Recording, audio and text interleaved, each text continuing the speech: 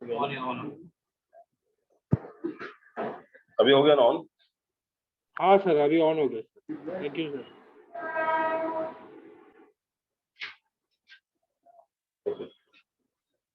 तो at random का मतलब क्या होता है? एमलेसली। एट रैंडम का मतलब क्या होता है? एमलेसली। इसे कैसे याद करोगे? एट रैंडम जैसे बोलते हैं हम लोग, जैसे जलियांवाला बाग याद है? Jallianwala Bagh massacre. Yes sir, general Dyer Jallianwala ने बाग मैसकर। हाँ, जनरल डायर ने क्या किया था? एट रैंडम फायर करना शुरू कर दिया था। एट रैंडम मतलब एमलेसली, किसी को एम लगा के नहीं, जो मिला सामने गोली मार दिया। जलियांवाला बाग हत्याकांड सुना है ना? जलियांवाला बाग मैसकर। मैसकर मतलब क्या होता है? जब एक साथ बहुत लोग मारते हैं तो मैसकर कहते हैं। और अगर एक को मारते हैं तो क्या होता है? क्या मारते हैं, क्या बोलते हैं? होमिसाइड, या फिर क्या बोलते हैं? कार्नेज। अगर एक बंदे को मारते हैं, कार्नेज भी वही होता है, बहुत सारे लोग एक साथ मारना। और कोई प्रोमिनेंट बंदे को अगर एक साथ मारते हैं तो क्या बोलते हैं उसको? एसेसिनेशन। और कोई नॉर्मल आदमी को मार दे तो क्या बोलते हैं? मर्डर। मारने के भी अलग अलग वर्ड्स हैं। सर एसेसिनेशन किसको बोलते हैं सर? जैसे राजीव गांधी का एसेसिनेशन हुआ था, इंदिरा गांधी का एसेसिनेशन हुआ था, बनर्जी भुट्टो का एसेसिनेशन हुआ था। अब समझ में आ गया आपको एसेसिनेशन क्या होता है? और फर्स्ट वर्ल्ड वॉर हुआ था तो हाँ आपको सर। पता है ना, वो ऑस्ट्रिया हंगरी का जो प्रिंस था उसका एसेसिनेशन हुआ था। तो एसेसिनेशन मतलब कोई प्रोमिनेंट, कोई महान व्यक्ति हो या कोई बड़ा व्यक्ति हो जो बहुत प्रोमिनेंट हो, जो फेमस हो, उसका मर्डर जो होता है दैट इज कॉल्ड एसेसिनेशन। समझा आपको? सॉरी सर, हाँ, स्पेल आउट करिए ना। एसेसिनेशन, ये एसेसिनेशन। और एक होता है होमिसाइड। होमिसाइड मतलब क्या होता है? इंसानों की हत्या। एक होता है कार्नेज। कार्नेज मतलब भी क्या होता है? मर्डर। एक होता है मर्डर, जो नॉर्मल बोलते हैं हम लोग, मर्डर। और एक होता है, वो कौन सा रह गया? एसेसिनेशन हो गया, होमिसाइड हो गया, कार्नेज हो गया। कार्नेज मतलब भी जनसंघ को मारना होता है। एक ये भी होता है मैसकर, जलियांवाला बाग मैसकर, सुना है ना आपको? MASSCRE।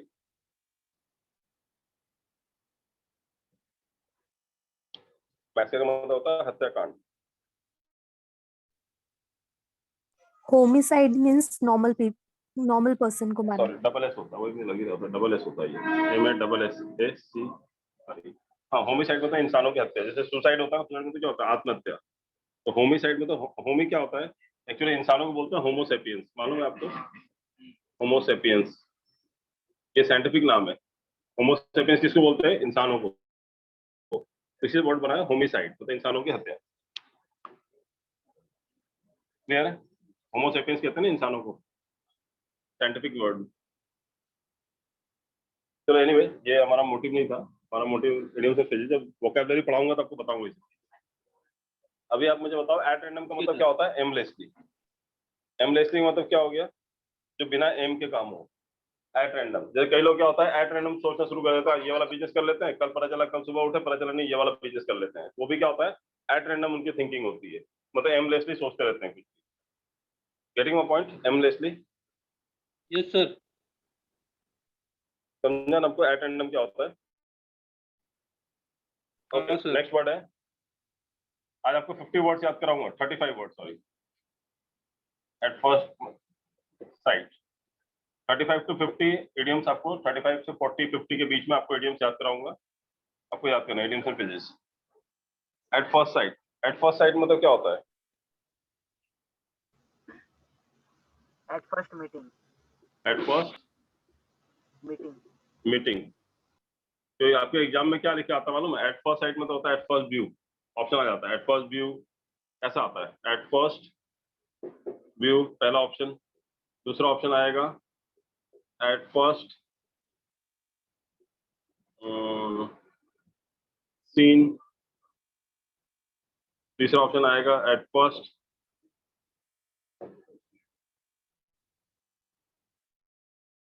मीटिंग, या डी एट फर्स्ट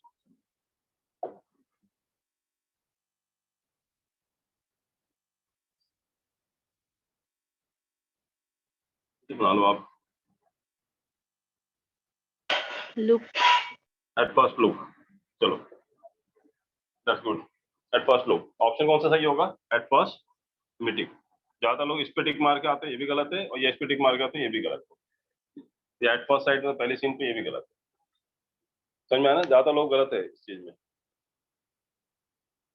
जैसे लव एट फर्स्ट साइट में तो क्या होता है, पहली नजर में प्यार। क्या पिक्चरों में हीरो हीरोइन क्या क्या सब सिखा के गाना बना बना के, पहली नजर में प्यार हो गया, इकरार हो गया, तो फिर क्या होता है, वो प्यार हो गया तो पहली नजर में, तो ऐसा आदत हो जाती है फर्स्ट साइट में तो पहली नजर। तो ऑप्शन भी आता ऐसे ही आता है, at first view, eight first look, इस टाइप से ऑप्शन आता है, हमको लगता है सही है।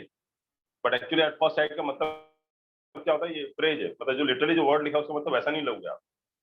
जो लिखा है वर्ड बिल्कुल सेम टू सेम वैसे वर्ड का मतलब नहीं आएगा। एट फर्स्ट साइट का मतलब क्या हुआ, एट फर्स्ट मीटिंग। तो लव एट फर्स्ट साइट में तो क्या होता है, लव एट फर्स्ट मीटिंग होता है, ना कि लव एट फर्स्ट व्यू होता है। Third, above all. Above all का मतलब क्या होता है, मोर देन एनीथिंग एल्स। मोर than anything else. Above all का मतलब क्या होता है, मोर देन एनीथिंग एल्स, मतलब सबसे ज्यादा। अबव ऑल, मैं आपको इंग्लिश पढ़ाऊं या ना पढ़ाऊं, आपको ग्रामर पढ़ाऊं ना पढ़ाऊं, आप पढ़ाई करो ना करो, ठीक है, आपके माँ बाप आपको कोचिंग लगाए ना लगाए, ठीक है, आपको ओवरऑल अबव ऑल मैटर क्या करता है, सिलेक्शन हुआ कि नहीं हुआ। आपने कितना पढ़ाई किया कितना नहीं किया कोई नहीं पूछेगा, क्या पूछेगा कोई भी, सिलेक्शन हुआ क्या। एट द एंड क्या पूछा है, पता है अबव ऑल मतलब क्या होता है, सबसे हाँ सर। ज्यादा वैल्यू किसकी होगी, कि सिलेक्शन हुआ कि नहीं हुआ, वो ज्यादा इंपॉर्टेंट है। ब्लैक आ रहा है, नहीं ब्लैकनेस आ रहा है हाँ क्या? सर। नहीं है ना। अबव ऑल नहीं मतलब क्या सर, होता है, नॉर्मल है सर। दिख रहा है ना, पूरा क्लियर दिख रहा है ना मेरे को, यहाँ मोबाइल में ब्लैक दिख रहा है। नहीं सर, नॉर्मल है, क्लियर है सर। क्लियर है ना, हाँ सर, क्लियर है। ओके ठीक है। अबव ऑल मतलब क्या होता है, more than anything else. Now fourth one, at a discount. At a discount का मतलब क्या होता है, डिक्लाइनिंग। डिक्लाइनिंग। अबव ऑल का समझ में आया ना, मोर than anything else. Above all मतलब क्या होता है, more than anything else, above all. Like कुछ भी बनाओ अबव ऑल के लिए, और बताओ सेंटेंस आप। और parent decision is above all, और parents decision is above all. आजकल नहीं है ऐसा, वो अलग बात है ना,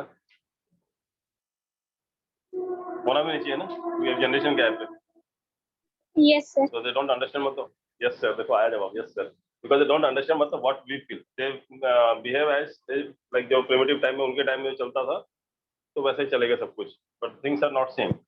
Okay anyway, भड़का नहीं रहा हूँ किसी को पेरेंट्स के खिलाफ, ठीक है। एट ए डिस्काउंट का मतलब क्या होता है, डिक्लाइनिंग। डिक्लाइनिंग मतलब क्या होता है, नीचे गिरना, डिक्लाइन होना। इंक्रीज मतलब क्या होता है, बढ़ना। डिक्लाइन मतलब क्या होता है, डिक्रीज होना, कम होना। तो एट ए डिस्काउंट अगर बोला जाए कि मतलब there are lot of offers in the mall and the things are sold at a discount. The things are sold at a discount means what? The things are sold at a declining rate. Getting it? The things are sold at a declining rate or the things are sold at a discount. It's one and all the same meaning. समझा आपको? At a discount मतलब क्या हुआ, कम दाम में, declining, नीचे गिरा हुआ। सिर्फ दाम के लिए नहीं, एट ए डिस्काउंट कोई भी चीज डिक्लाइन के लिए यूज कर सकते हैं। एट ए डिस्काउंट नॉर्मली चीजों के लिए ज्यादा यूज करते हैं। Next one is above board. Above board मतलब क्या होता है, ओपनली। अबव बोर्ड का मतलब क्या होता है, ओपनली।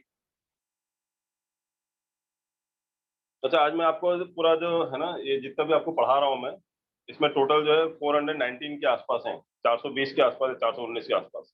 अब पूरा पढ़ाना तो पॉसिबल नहीं होगा, पर आपको मैं तरीका बताता हूँ कैसे याद करा जाता है। बाकी मैं पूरा पीडीएफ भेज दूंगा, आपको याद करके जाना है एग्जाम के हिसाब से, ठीक है, समझा आपको। मैं आपको आज तरीका बता दूँ कैसे याद ओके करना सर। चीजों को। तो आपको एक साथ भेज दूंगा, एडीएम पेजेस एक साथ चला जाएगा। एंड देन नेक्स्ट टाइम ये सब बेसिकली क्या है, ये एसएससी बैंकिंग दोनों में आता है एडीएम पेजेस। बट अभी इसके बाद जो वो पढ़ाऊंगा आपको, वन वर्ड सब्स्टिट्यूशन, वो प्योरली सिर्फ एसएससी में आता है, ठीक है। तो उसका भी पूरा पीडीएफ भेजूंगा, पहले कुछ पढ़ाने के बाद आपको याद कराने तरीका सिखा दूं कैसे याद किया जाता है चीजें, कि आप रट नहीं पाओगे इतने सारे वर्ड्स। फिर वोकैबुलरी पढ़ाऊंगा आपको, एंटोनिम सिनोनिम, वो भी याद कर नहीं पाओगे, तो तरीका बताऊं कैसे याद करना आप चीजें, तो भूलो नहीं। तो एनीवेज So- अबव बोर्ड का मतलब क्या होता है? Openly.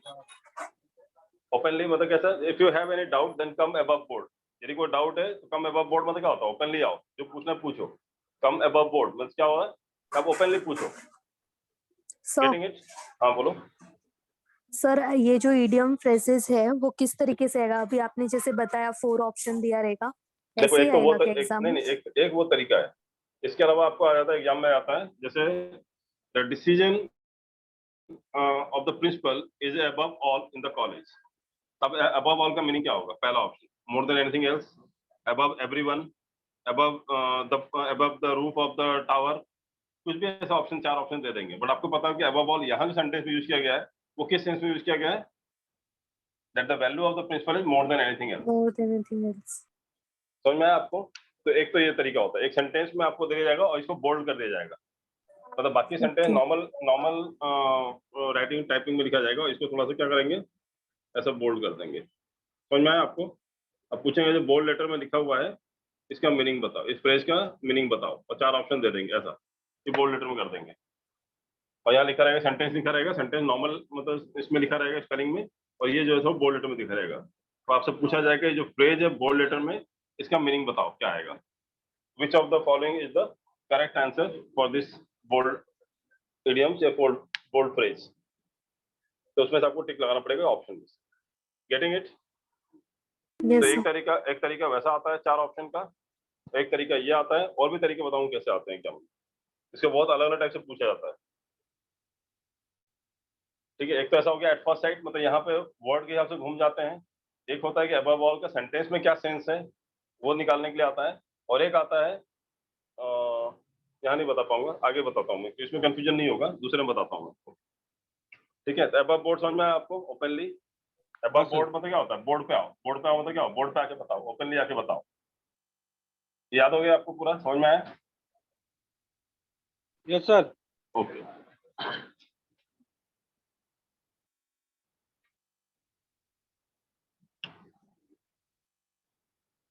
Six, Apple of one's eye.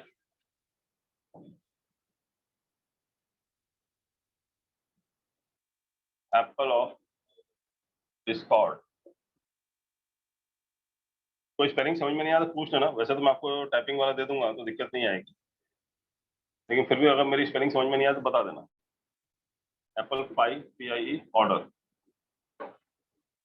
ये सारे एप्पल वाले हैं। पहले एप्पल वाले देख लेते हैं। Apple of one side, Apple of one side मतलब क्या होता है? N object of love, N object of love. Apple of Discord, इसको हम लोग बोलते हैं बोन ऑफ कंटेंशन भी कहते हैं, बोन ऑफ कंटेंशन। इसका मतलब होता है कॉज ऑफ क्वारल।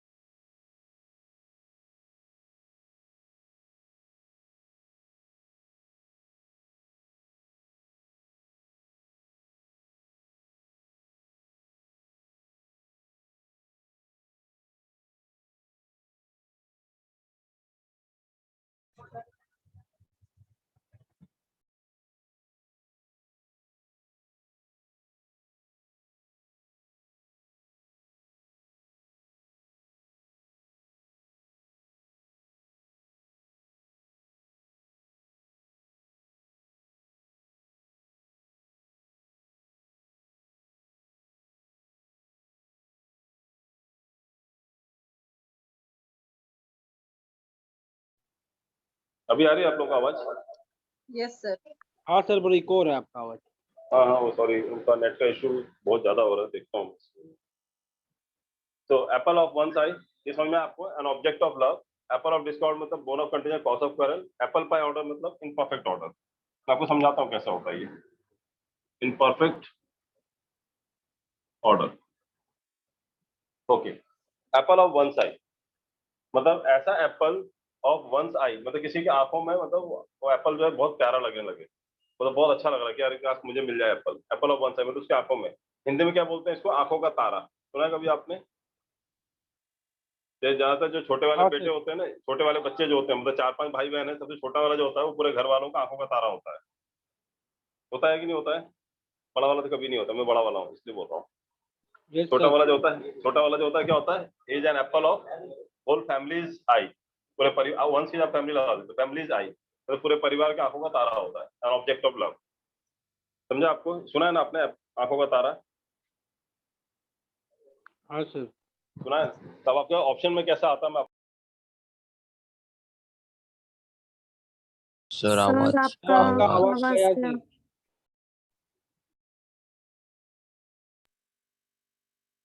अभी आ रहा प्रॉपर? हाँ सर आ रहा है। ओके। तो एप्पल ऑफ वन साइड मतलब क्या होता है? आंखों का तारा। तो सुना होगा ना, ऐसा बोलते हैं लोग, ये मेरी आंखों का तारा है। जैसे का छोटा बेटा जो लाडला है, मतलब बहुत ज्यादा लाडला, फॉन्डल करते हैं इसे बहुत ज्यादा। Apple of one side. अब यहाँ एग्जाम में कैसा आता है? एक तरीका और आता है। सर वॉइस सर वॉइस चला गया आपका।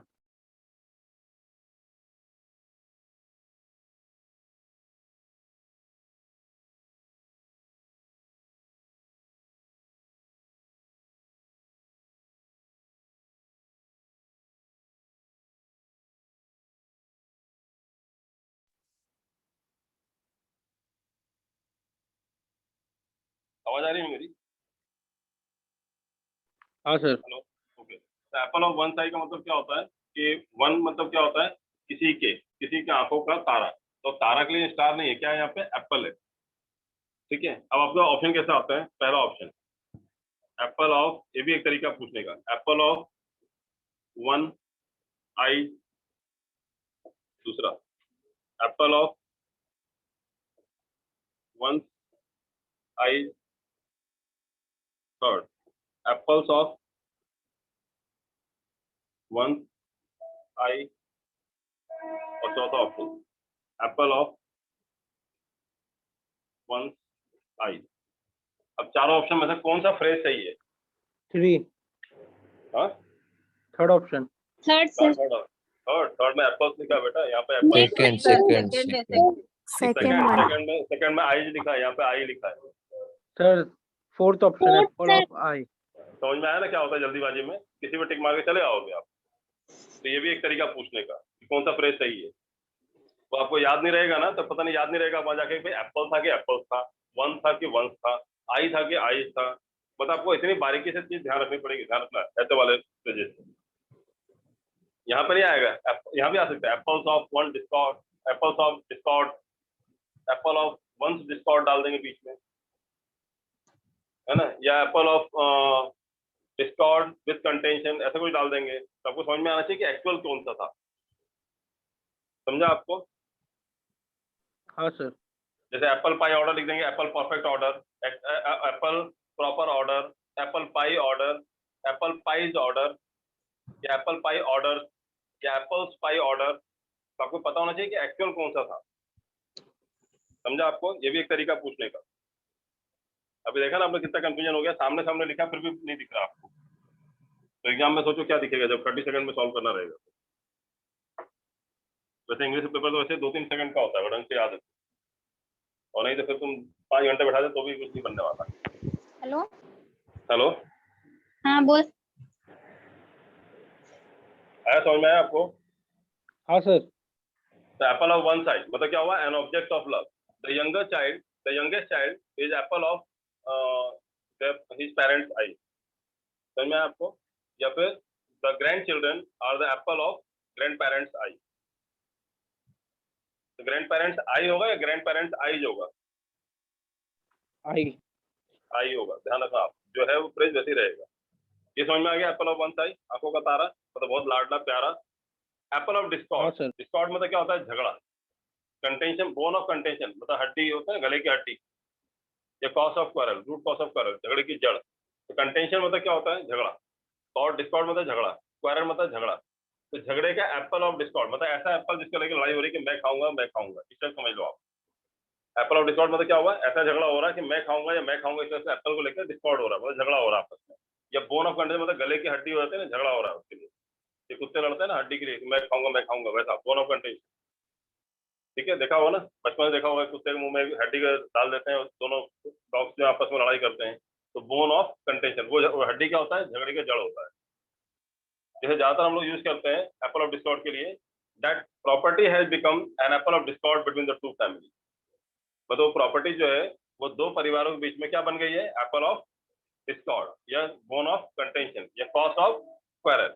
बट आपके एग्जाम में ऐसा कोई वर्ड नहीं आएगा, क्या आएगा मालूम, क्वेरल नहीं आएगा, इतना सिंपल नहीं आएगा। वो देंगे एप्पल ऑफ डिस्कॉर्ड मतलब कॉज ऑफ, जैसे पहला ऑप्शन दे देंगे ब्रॉल, BRAWL। ब्रॉल मतलब क्या होता है, झगड़ा या स्कफल, मतलब भी क्या होता है, झगड़ा या रेज में तो गुस्सा होता है, ब्रॉल स्कफल, मतलब इस तरह के वर्ड दे देंगे जो आपको पता ही नहीं होंगे। आपको वो भी ध्यान रखना पड़ेगा कि जो भी वर्ड आप पढ़ रहे हो, क्वेरल पढ़ा ना आपने, तो क्वेरल के सिनोनिम्स क्या है वो भी आपको याद रखना पड़ेंगे।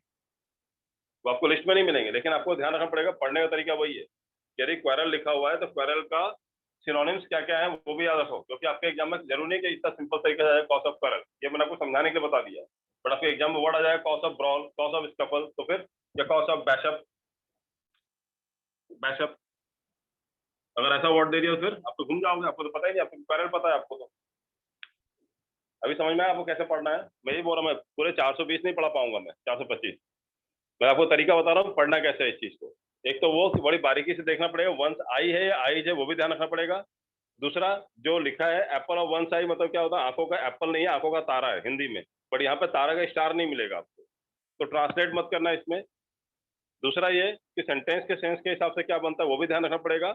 और तीसरा ये कि आपको जो क्वेरल या जो कोई वर्ड में यहाँ पे दिया हुआ है तो उसका आपको क्या देखना पड़ेगा, सारे सिनोनिम्स याद रखने पड़ेंगे कि वहां जो वर्ड आएगा इतना सिंपल नहीं आएगा। Okay sir. समझ में आया आपको भी आपके नए तरीका?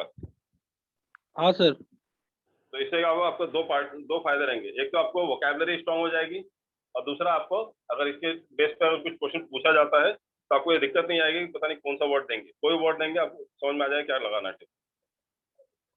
Yes sir. ओके,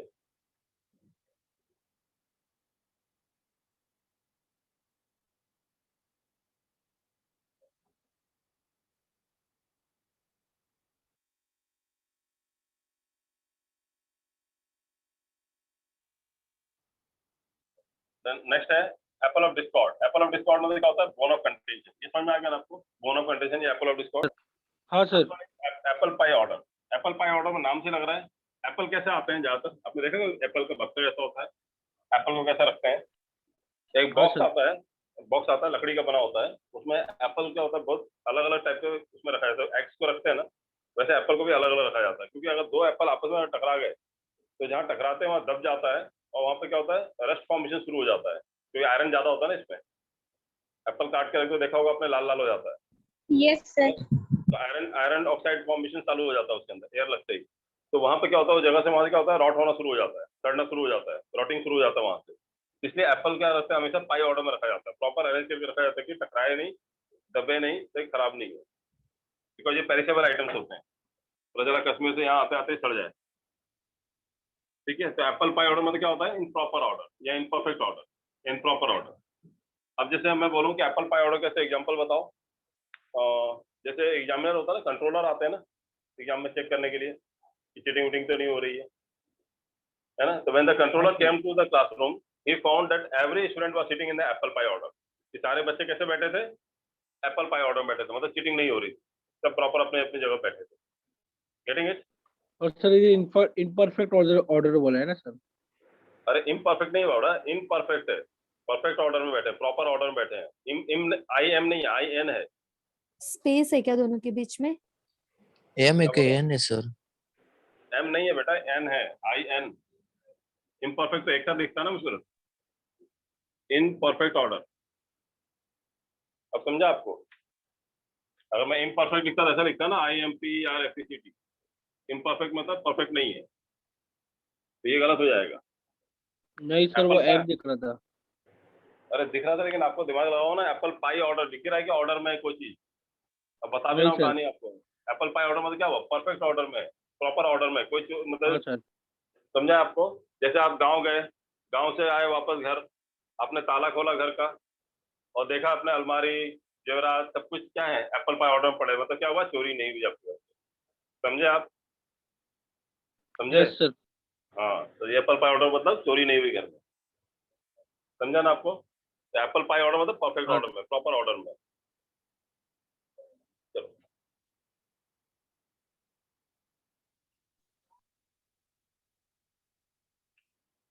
कौन सा नंबर है, 9। तो 10 के बाद रिवीजन लूंगा मैं। At dragon drawn with, and dragons drawn with,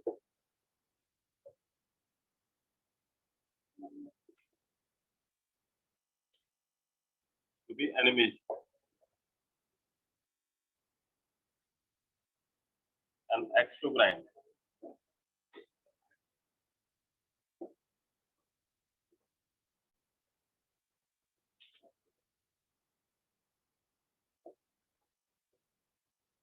Selfish motive.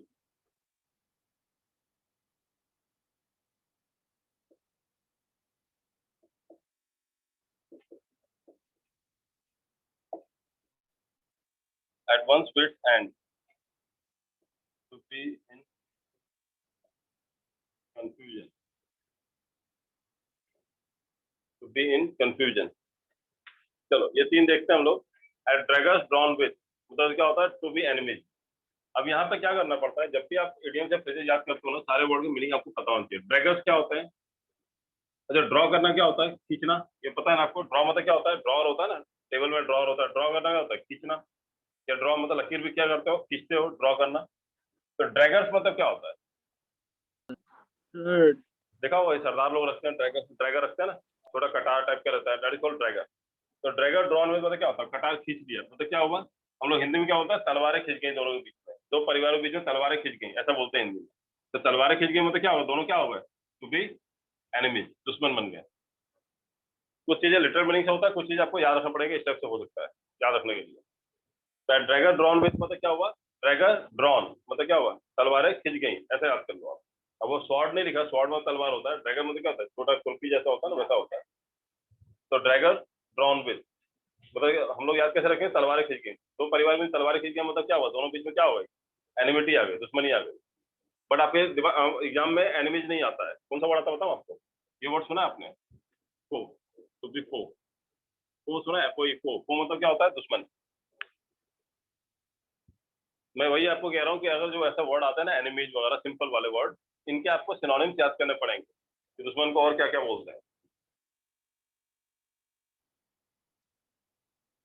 समझा आपको? Yes sir.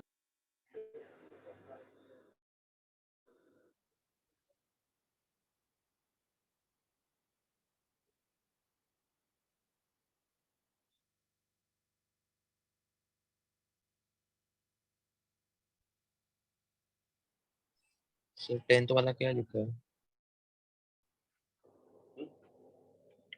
तो भी एनिमीज हो गया या राइवल हो गया, राइवल थोड़ा अलग हो जाता है बट मीनिंग वही है, राइवल हो गया, एंटागोनिस्ट हो गया,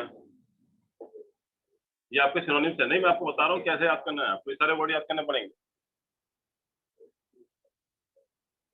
ठीक है, समझ में आया आपको? Yes sir. तो नेमेसिस भी कहते हैं, नेमेसिस भी कहते हैं एनिमीज को। तो इससे ऐसा खतरनाक वर्ड आ जाएंगे, फिर तब पता चला कि आपको इडियम्स याद है, फ्रेज याद है आपको, लेकिन फिर भी आप टिक नहीं मार पाओगे अगर नेमेसिस दे दिया जाए या फो दे दिया जाए या एंटागोनिस्ट दे दिया जाए। तो राइवल तो समझ में आ जाएगा आपको, एनिमी समझ में आ जाएगा, बट नेमेसिस दे दिया, एंटागोनिस्ट दे दिया या फो दे दिया तो आपको समझ में नहीं आएगा, पता नहीं क्या बोल दिया इसका, कौन सा ऑप्शन सही है। जबकि आपको इसका मतलब पता है, ड्रैगन ड्रॉन में मतलब तलवार खींच गया मतलब दुश्मन है, लेकिन दुश्मन की इंग्लिश समझ में नहीं आ रही है आपको। ऐसा भी होता है एसएससी में, एसएससी में प्रॉब्लम होता है, तो बैंकिंग में तो नहीं होता, बैंकिंग में तो एनिमीज आ जाए, बट एसएससी में प्रॉब्लम होती है। एसएससी में टफ टिपिकल वर्ड दे देते हैं साथ में। समझा आपको? Yes sir. ओके, नेक्स्ट है एन एक्स टू ग्राइंड। अब मुझे बताओ एक्स का मतलब क्या होता है, कुल्हाड़ी, और ग्राइंडिंग करना क्या होता है, ग्राइंडिंग टीथ होता है ना, पीछे वाले दांत को बोलते हैं, दाढ़ को जो पीसता है, या बुढ़िया गोइंग जेल एंड चक्की पीसिंग एंड पीसिंग सुना है ना आपने, बोले पिक्चर का डायलॉग। तो ग्राइंडिंग मशीन क्या होता है, पीसने वाला। तो एन एक्स टू ग्राइंड। अब बताओ मुझे, कुल्हाड़ी यूज होता है क्या ग्राइंडिंग में? नहीं यूज हाँ होता है। सर, ये फावड़ा यूज होता है ना सर। फावड़ा कहाँ यूज होता है ग्राइंडिंग करने में? बाबा कहाँ ग्राइंडिंग करते हो फावड़ा लेकर? ग्राइंडिंग का मतलब समझ रहे हो क्या होता है? वो जो दाल वाल पीसते हैं ना चक्की पे, ये पहले जमाने में जात पे पीसते थे, वो ग्राइंडिंग मशीन होती थी, हाँ हाँ हाँ सर। उसे ग्राइंड करना कहता हूँ ना। ये अपना जो दाल होती है पीछे वाली, जहाँ पे खाना जाकर क्या होता है, ग्राइंड होता है, उसे ग्राइंडिंग टीथ कहते हैं। मोलर टीथ, ग्राइंडिंग टीथ, सुना है कि नहीं सुना बाबा? इंग्लिश पढ़ी कि नहीं पढ़ी साइंस में? हाँ सर। हाँ सर। हाँ, तो ग्राइंड मतलब क्या होता है, पीसना होता है। एन एक्स टू ग्राइंड मतलब एक्स क्या होता है, कुल्हाड़ी। कुल्हाड़ी यूज होता है क्या पीसने में? नहीं होता है। लेकिन फिर भी कोई बोला कि एक्स ले लो, ग्राइंड करके जो अनाज होगा ग्राइंड करके मेरे को भी दे देना है, तो क्या हुआ, उसे क्या है, सेल्फिश मोटिव है। ये आपको याद करने के लिए बता रहा है, ऐसा कुछ होता नहीं है जो कहानी बता रहा हूँ आपको। सेल्फिश मोटिव मतलब क्या हुआ, मतलब के लिए। जैसे शरद पवार ने क्या किया था, वैसे बोलना नहीं, रिकॉर्डिंग हो रहा है ना, यूट्यूब पे जाएगा। ठीक है, उन्होंने, चलो बता देता हूँ कहानी। वैसे देखो मैं नहीं जानता क्या था, लेकिन सुना है था। उन्होंने क्या किया था, ये जो अपना उनके शुगर मिल सबसे ज्यादा है महाराष्ट्र में, पता है ना आपको? तो उन्होंने क्या किया था, शुगर मिल हाँ पे सर। सब्सिडीज करवा दिया था कि सारे किसानों को सब्सिडी दे दिया जाए। अब किसानों को सब्सिडीज मतलब क्या हुआ, उनका टैक्स माफ हो जाए। तो शुगर मिल किसकी थी सबसे ज्यादा? उनकी थी। तो एक्चुअली क्या था उनका, उसके पीछे सेल्फिश मोटिव। समझा आपको? मतलब अपने फायदे के चक्कर में बाकी लोगों का फायदा करवाते हैं। That is called what, it is an act to grind in mind. अगर कोई आपसे बहुत प्यार प्यार से चुपड़ी चुपड़ी बातें करे कि अरे यार तुम मेरा दोस्त है, तेरे से अच्छा कोई नहीं, और तुम पैसे वाले हो, तो समझ लो उसके दिमाग में क्या है, ये an act to grind in mind, selfish motive है कि कभी जरूरत पड़े तो पैसा मांग लेगा तुमसे, और नहीं दोगे तो फिर दुश्मन बन जाओगे। फिर क्या बन जाओगे, को। ठीक है, नहीं राइवल तो ज्यादातर क्या होता है, बिजनेस राइवल्स होते हैं। बिजनेस में कंपटीशन के सेंस में राइवल यूज करते हैं। को दुश्मन होता है, नेमेसिस दुश्मन होता है, एनिमीज दुश्मन होता है, और एंटागोनिस्ट जो होता है, जैसे प्रोटागोनिस्ट होता है ना, वैसे एंटागोनिस्ट। प्रोटागोनिस्ट पता है आपको क्या होता है, प्रोटागोनिस्ट? No sir. हाँ, अरे नहीं, हम लोग पिक्चरों में क्या बोलते हैं, हीरो, और एक दूसरा क्या बोलते हैं, विलन। तो जो हीरो होता है, जो लीड रोल प्ले करता है, दैट इज कॉल्ड प्रोटागोनिस्ट, और जो उसके अपोजिट में रोल प्ले करता है, दैट इज कॉल्ड एंटागोनिस्ट। चलो anyway, an axe to grind. An axe to grind का मतलब क्या होता है, सेल्फिश मोटिव। समझ में आया ना आपको? कि कोई आपसे प्यार से बात कर रहा है, दैट मींस क्या, if someone is talking to in a very polite manner, that means he has an act to grind in his mind, और उससे कोई सेल्फिश मोटिव है। एडवांस वेट्स एंड, ये बहुत बार आता है एग्जाम में, इसे रट लेना इसको अच्छे से, ये बहुत बार आता है एग्जाम में, ये वाला।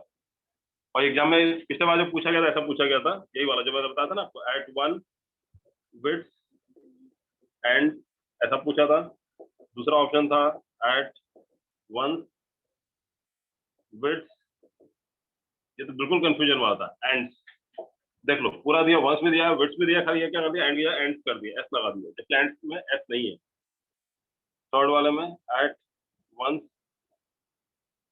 वंस विड्थ एंड, यहाँ भी लगा, वंस भी लगा, विड्थ भी लगा, बट क्या है, अपोस्ट्रोफी नहीं है, डायरेक्ट एस लगा दिया। चौथा ऑप्शन दिया था एट वंस विड्थ एंड, कौन सा सही है? चौथा। फोर्थ वाला। समझ में आया ना आपको? ऐसा एग्जाम में आता है ये, यस सर। समझा आपको? At one's width end. अब यहाँ चलो, अभी तो ये आपको तरीका समझ में आ रहा है कैसे एग्जाम में आते हैं क्वेश्चन। मतलब या तो सेंटेंस में बन के आएंगे, और नहीं तो फिर ऐसे कंफ्यूज कर देंगे, वंस विड्थ एंड कहाँ पे क्या था, आपको याद रहना चाहिए अच्छे से।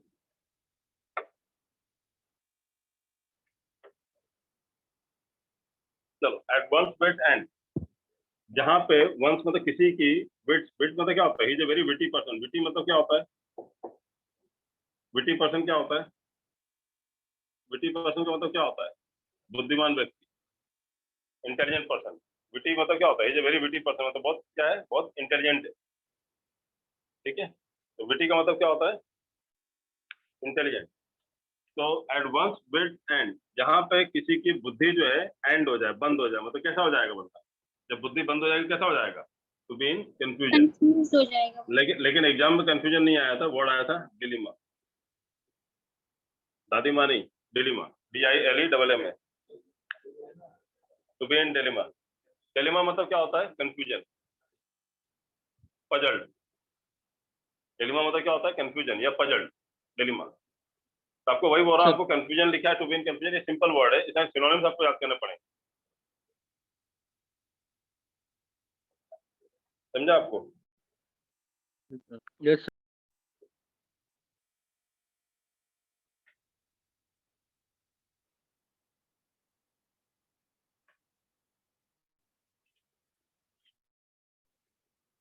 और इसे सिनोनिम बताओ, सिनोनिम बताओ डिलीमा का।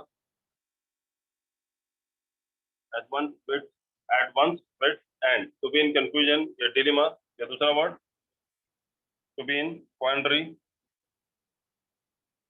QUANDARY, क्वांडरी।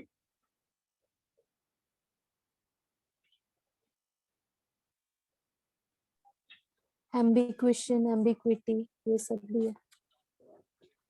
कौन सा?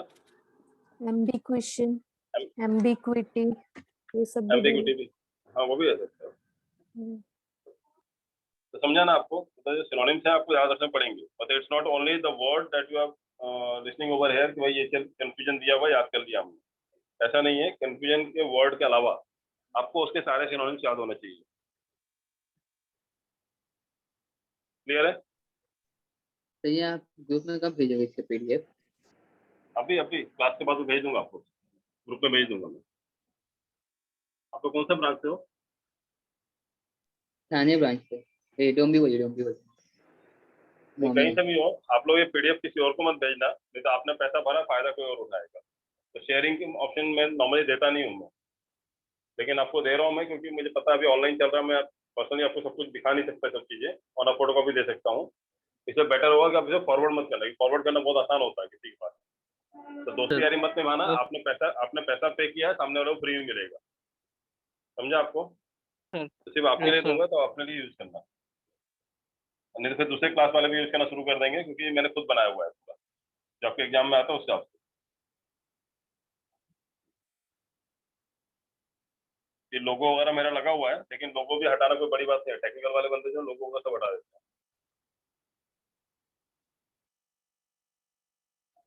तो कौन सा 11th हो गया था ना? 12th, at an arm length.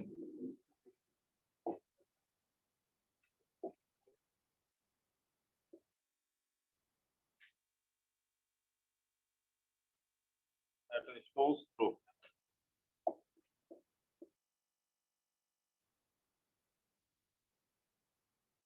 Eight an arm's length, at a stone's throw। ये दोनों में बहुत ज्यादा कंफ्यूजन होता है लोगों को। एट एन आर्म्स लेंथ, और समझ में आ रहा है क्या मतलब होता है? एट एन आर्म्स लेंथ मतलब क्या होता है? क्या मीनिंग समझ में आ रहा है आपको? एट एन आर्म्स लेंथ, हाथ की दूरी। एक हाथ की दूरी, तो उसमें समझ में नहीं आ रहा है एक हाथ की दूरी। और एट ए स्टोन्स थ्रो मतलब क्या होता है? अंदाजा लगाओ, तो तुक्का मारना भी सीखो। क्या सेंस आ रहा है? एट ए स्टोन्स थ्रो मतलब क्या हुआ? एट मतलब पर, कहाँ पे है? स्टोन्स थ्रो मतलब पत्थर फेंकोगे वहां पे है, मतलब कितनी दूरी पे है? पास में। बैठ के पता ही। जैसे मैं all my classes are at a stone's throw from station, चाहे वो डोंबली हो, थाने हो, घाटकोपर हो, दादर हो, कोलाबा हो, बोरीवली हो, मीरा रोड हो, all branches are at a stone's throw from station. ठीक है? स्टोन्स थ्रो फ्रॉम स्टेशन मतलब क्या हुआ? स्टेशन से पास में है। इवन हमारी जो दिल्ली की ब्रांच है वो भी स्टेशन के पास है, GTB नगर स्टेशन के पास। ठीक है? तो एट ए स्टोन्स थ्रो मतलब क्या हुआ? एट ए स्टोन्स थ्रो मतलब क्या हुआ? एट द वेरी एक नियर। हाथ पास में। की दूरी है। नहीं नहीं, एक हाथ की दूरी पे नहीं, वेरी नियर। हाँ, एक हाथ की दूरी पे बोल सकते हो, वेरी नियर। लेकिन वेरी नियर नहीं आएगा एग्जाम में, क्या आएगा? At the vicinity of, at the vicinity, at the vicinity of. Vicinity मतलब क्या होता है? बहुत पास में। जैसे my class is at the vicinity of station. Vicinity of the डोंबरी स्टेशन मतलब क्या हुआ? घर के, मतलब क्लास क्या है? डोंबरी स्टेशन के पास में है। विसिनिटी मतलब पास में। और एट स्टोन्स थ्रो मतलब क्या हुआ? मुहावरे टाइप में बोल दिया। Vicinity actual word, near a vicinity, but stone's throw क्या होता है? मुहावरे टाइप में बोल दिया। जैसे वो क्लास है at stone's throw from station. But ये जो है एट एन आर्म्स लेंथ, मतलब एक हाथ दूर, मतलब क्या, एक हाथ दूर या दूरी पर, क्या है ये? At an arm's length. अगर मैं बोल सकता हूँ क्या, और class is at an arm's length from station. Yes, sir. एक हाथ की दूरी पर। अच्छा मान लो मैं बोलूँ कि द मोबाइल, जो लैपटॉप या मोबाइल जो है, it is at an arm's length from here, यहाँ से at an arm's length Yes, पे। sir. बोल सकते सकते हैं हैं ना? सर। नहीं बोल सकते सर, यही गलत नहीं। जानते हो आप। कैसे सर? क्योंकि एट एन आर्म्स लेंथ का मतलब होता है to keep distance, to keep distance, to keep distance. At an arm's length मतलब होता है टू कीप डिस्टेंस, मतलब दूरी बनाना, मतलब एक हाथ दूर रहना। इसका मतलब एक हाथ दूरी पर नहीं, इसका मतलब होता है एक हाथ दूर रहना। We should keep our self at an arm's length from liquor, मतलब शराब से एक हाथ दूर रहना चाहिए। या we should keep our self at an arm's length from bad company, बुरी संगत से एक हाथ दूर ही रहना चाहिए। भाई मैं ऐसे लोगों से एक हाथ दूर ही रहता हूँ। सुना है कि नहीं सुना ऐसा वर्ड? हाँ सुना है कि सर। नहीं सुना है? हाँ sir. I keep myself at an arm's length from this type of people. I keep myself at an arm's length from this type of people. ऐसे लोगों से मैं एक हाथ दूर ही रहता हूँ। तो एक हाथ दूर रहने के लिए यूज किया जाता है ये। एक हाथ दूरी पर है उसके लिए यूज नहीं करता हूँ। किसके लिए यूज करते हैं? एक हाथ दूर रहना। समझ में आया आपको ये चीज? Yes sir. To keep distance, maintain distance, उसके लिए यूज करते हैं हम। सर डिस्टेंस का भी कोई अलग वर्ड होगा ना सर? हाँ होगा ना, देखो एट एन आर्म्स लेंथ मतलब टू कीप डिस्टेंस, मतलब दूर रहना। अब दूर रहने के लिए मतलब क्या हो गया? परहेज करना। तो परहेज करने की इंग्लिश क्या होती है? बोलो, चलो अब आप ही बताओ। अब जब तक दूर रहने की इंग्लिश नहीं बताओगे मैं आगे नहीं क्या बढ़ूंगा। सर? बताओ, परहेज करना।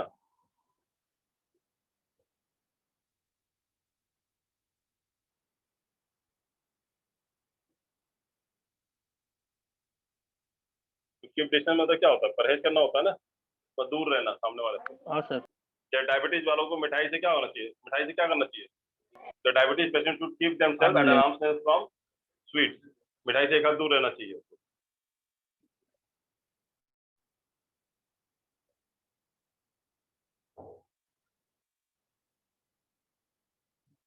बताओ।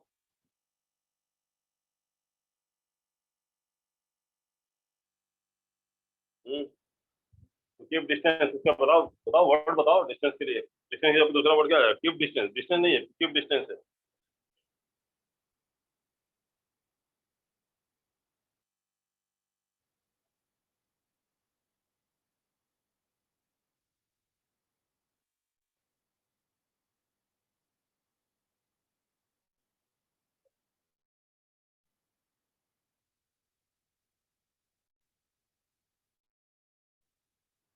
बताओ बताओ।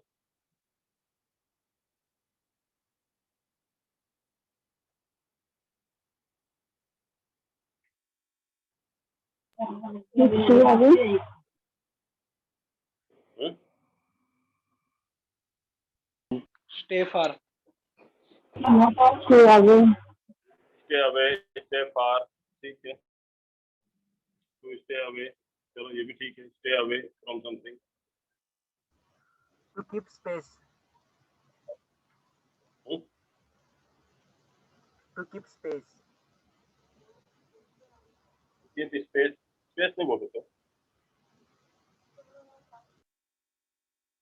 और कोई अच्छा वर्ड बताओ। रेजिमेंट।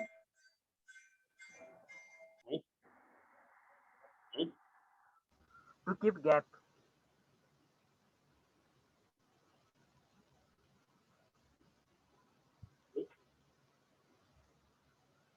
बताओ कुछ, मैं बताऊं? ये सुना वर्ड आपने? रिफ्रेन करना, Yes. एब्सटेन करना, एब्सटेन करना, रिफ्रेन करना, रिस्ट्रेन करना। सुना है कि नहीं सुना आपने वर्ड? या डेसिस्ट करना, बस दूर हटना उस चीज से। आपके एग्जाम में ऐसा वर्ड आएंगे, to stay away, to keep distance, ऐसा बच्चे वाला वर्ड नहीं देगा कोई भी आपके एग्जाम में। वी मस्ट रिफ्रेन, मतलब the diabetes patient should refrain themselves from sweet, या abstain themselves from sweets, या restrain themselves, या resist themselves, ऐसे वर्ड्स आएंगे। वो अवे और डिस्टेंस वाले वर्ड नहीं पूछेंगे आप। कीप डिस्टेंस वो बैंकिंग में आएगा, कीप डिस्टेंस वाला, या टू स्टे अवे, वो बैंकिंग में वैसे ही आता है, लेकिन एसएससी में इस टाइप के वर्ड पूछे जाएंगे। रिफ्रेन करना मतलब क्या होता है? परहेज करना। सुना है वर्ड अभी हिंदी में, परहेज करना? Yes. जैसे खाने पीने से परहेज करना, दवाई से परहेज करना, सुना है आपने? तो परहेज करना क्या बोलते हैं? रिफ्रेन करना या रिस्ट्रेन करना या एब्सटेन करना। समझा आप लोगों को? Yes sir.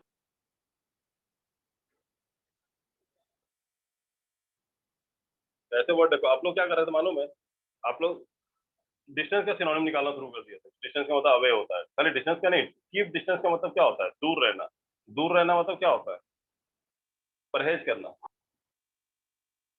उस चीज से दूर रहना मतलब क्या होता है? परहेज करना। तो उसकी इंग्लिश चाहिए। एट ए स्टोन्स थ्रो मतलब क्या होता है? एक हाथ की दूरी पे।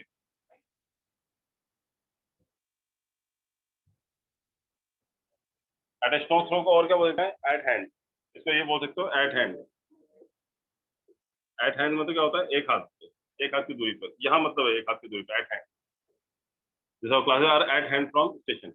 एट हैंड मतलब क्या होता है? नियर बाई, सेम मतलब है इसका। एट ए स्टोन्स थ्रो या एट हैंड, ये होता है एक हाथ की दूरी पे, ये नहीं, आर्म्स लेंथ नहीं। एट हैंड या eight a stone's throw.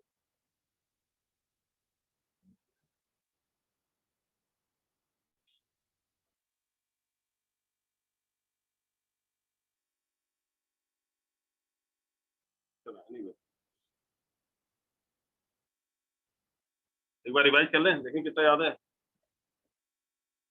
Okay sir. चलो एक अभी कौन सा नंबर था? 13 था ना? 13 था ना? 14, 14, 15 दो और पढ़ लेते हैं, फिर करते हैं रिवीजन।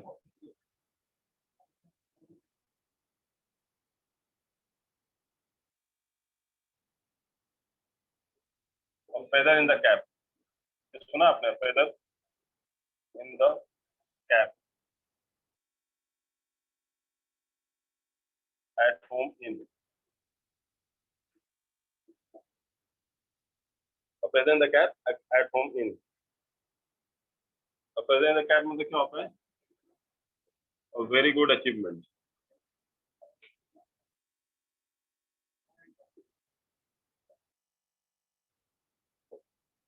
एट होम इन मतलब क्या होता है? चलो ये आप ही बताओगे एट होम इन का मतलब क्या होता है। अब फेदर इन द कैप, ये सुना है कभी? पहले जमाने के जो राजा वाजा होते थे, वो क्या करते थे? टोपी पहनते थे, और उसमें क्या होता है? अलग अलग मोर पंख, जो कृष्ण जी को भी देखा होगा, मोर पंख लगाते थे। ये राजा होते थे, जितने अलग अलग टाइप की चिड़िया होती है रंग बिरंगी, उनके सुंदर सुंदर पंख लगा लेते थे। अपने आप सोचते बहुत महान है। और आज तो जो आज अगर उसको पहन के घूमे, बोले पागल हो गया है ना? बोलेंगे नहीं बोलेंगे? बोलेंगे ना? बट अब फेदर इन द कैप, ये फ्रेज जो है वहीं से आया है। अब फेदर इन द कैप मतलब क्या हुआ? एक्चुअली इसको फेदर इन द कैप की जो हम लोग नॉर्मली यूज करते हैं, extra feather in the cap, an extra feather in the cap, मतलब एक एडिशनल फेदर आ गया। मतलब क्या हुआ? सोने पे सुहागा। सुना कभी आपने सोने पे सुहागा? An extra feather in the cap मतलब कैप में फेदर तो था ही, और एक्स्ट्रा फेदर आ गया। एक्स्ट्रा फेदर आ गया मतलब क्या होता है? सोने पे सुहागा, मतलब और अच्छा हो गया, वेरी गुड अचीवमेंट। ठीक है, तो फेदर इन द कैप, तो फेदर मतलब क्या होता है? पंख, in the cap, very good achievement. मतलब पंख कब लगाते हैं? मोर पंख कब लगाते थे? जब कोई बहुत अचीव करता था कोई चीज पे, तो क्या होता है? ताज पहनाते हैं ना सर पे। तो ताज पे जितने मणि जड़े रहते हैं, उतना ज्यादा उसकी वैल्यू होती है ना? होता है कि नहीं यस होता है? सर। तो फेदर इन द कैप, तो ये फेदर जो है मणि की तरह समझ लो आप। तो फेदर इन द कैप मतलब क्या हुआ? कि जितना ज्यादा फेदर होगा उतना ज्यादा अचीवमेंट है, मतलब सामने वाले का। समझा आपको? Yes sir. और या फेदर इन द कैप मतलब समझ लो, वो भी आपने देखा होगा, वो कहते हैं आईएएस ऑफिसर होते हैं, या फिर अपने जो आर्मी नेवी वाले होते हैं, उनके कैप में फेदर लगे रहते हैं। देखा आपने? Yes sir. हाँ? स्टार भी रहते हैं ना, तो वही आजकल फेदर की जगह स्टार लगाना शुरू कर दिया है। या ये मतलब पट्टी होती है, कंधे पे पट्टी होती है, जितना ज्यादा पट्टी लगी है उतना ज्यादा आपको वेरी गुड अचीवमेंट की बात आती है ना, उतना अचीवमेंट है आपका। तो एक्चुअली फेदर से पढ़ते पढ़ते क्या हुआ? वो पट्टी में बदल गई, तो उसका फिर बैच में बदल गया सर पे। ठीक है, तो वो स्टार जो बनता है, that is called feather in the cap. समझ में आया आपको? वेरी गुड अचीवमेंट, वो अचीवमेंट से रिलेटेड है, याद रहेगा। Yes, sir. एट होम इन, एट होम इन का मतलब क्या होता है? होम का मतलब क्या होता है? घर और इन मतलब क्या होता है? घर पे आया. अंदर. अरे घर पे आया नहीं, घर के अंदर है. क्वारंटाइन. एट होम इन मतलब क्वारंटाइन. देखो ये नया वर्ड आ रहा है यहाँ पे. एट होम इन मतलब क्वारंटाइन नहीं. एट होम इन मतलब क्वारंटाइन नहीं है. एट होम इन का मतलब होता है to be strong. To be strong. At home in to be strong. सुना आपने? घर में तो कुत्ते भी शेर होते हैं. Yes, sir. तो वही वाला है. होम इन मतलब घर के अंदर है तो क्या हुआ? कुत्ते भी क्या होते हैं? टू बी स्ट्रॉन्ग, शेर होते हैं, ऐसा बोलते हैं. ये वाला मुहावरा है. एट होम इन मतलब क्या होता है? जो हम लोग बोलते हैं ना, घर पे तो कुत्ते भी शेर होते हैं, अपने मोहल्ले में तो कुत्ते भी शेर होते हैं, ऐसा बोलते नहीं है? ये उसके लिए मुहावरा है. एट होम इन Yes, मतलब sir. Very to be strong. जैसे when we are at our parents house we feel at home in. हम कैसा फील करते हैं? We feel strong. या कोई हमारा दोस्त है जो बहुत अच्छा मतलब अच्छे लेवल पे है, डॉन ऑन हो, तो वे कैसे फील करते हैं? We feel at home in. हम लोग घर में ही हैं अपने. समझे आपको? Yes, sir. चलो अब ये 15 रिवाइज करते हैं हम लोग, कितना याद है देखते हैं. एट फर्स्ट साइड का मतलब बताओ. Sir, at first meeting. चलो अब मैं नहीं पूछूंगा, अब मैं नाम लूंगा, आप लोग बताओगे. नाम बताओ ना.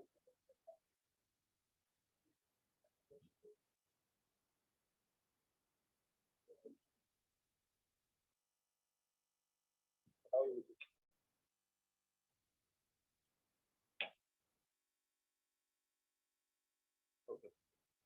चलो अभी अनिमेश यादव आप पूछो बाकी लोगों से, बाकी लोग जवाब देंगे. अनिमेश.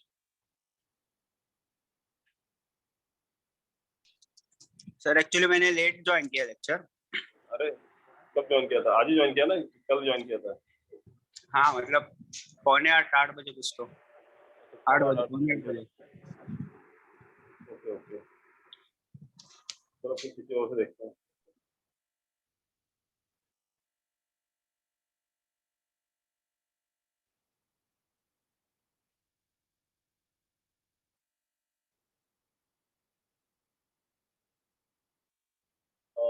नेक्स्ट है अंजलि पाल. आप पूछो. अंजलि पाल. above all. हाँ बताओ भाई, बाकी लोग बताओ. अबव ऑल मतलब More anything else. मोर than anything else. Okay. Next है अंकुर पांडे. आप पूछो. अंकुर पांडे आप पूछो. कम ऑन जल्दी. अंकुर आप पूछो. अंकुर पांडे. आवाज नहीं आ रही क्या आपको? डिम्पल जोशी आप पूछो. At a discount. At a discount मतलब क्या हुआ? डिक्लाइनिंग. Declining. ओके. डिम्पल आप पूछो. Apple pie order. Apple pie order. In perfect order. Imperfect order. Imperfect order. Okay. Then Girish Patil आप पूछो. Draggers drawn with. At dagger drawn To with. be an enemy. To be enemies. अरे भाई अब तो enemies बोलना बंद करो, नए नए वर्ड पढ़ा है ना वो बोलो ना. टू बी फो. To be antagonist. Okay. To be antagonist. Jyoti Singh आप पूछो. Above board. Above board. Openly. Openly. Openly. Okay. Harshada Gaikwad आप पूछो. At once with said. At once with and. To be dilemma. To be dilemma. To be dilemma. Okay.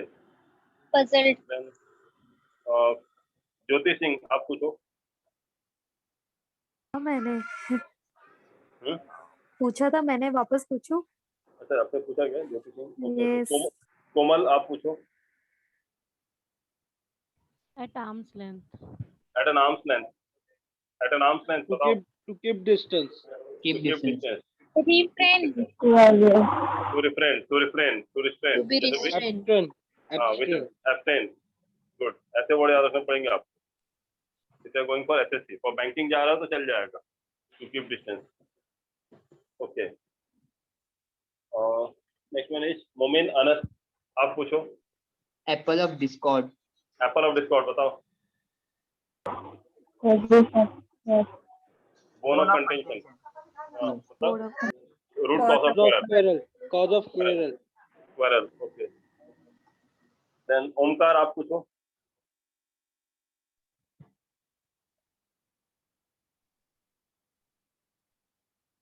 क्या हुआ ओमकार, भूल गए क्या? पूछो।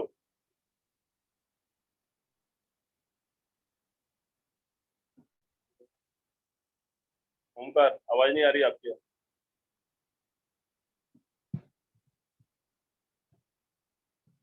और कोई बचा क्या? अपेक्षा, आप पूछो।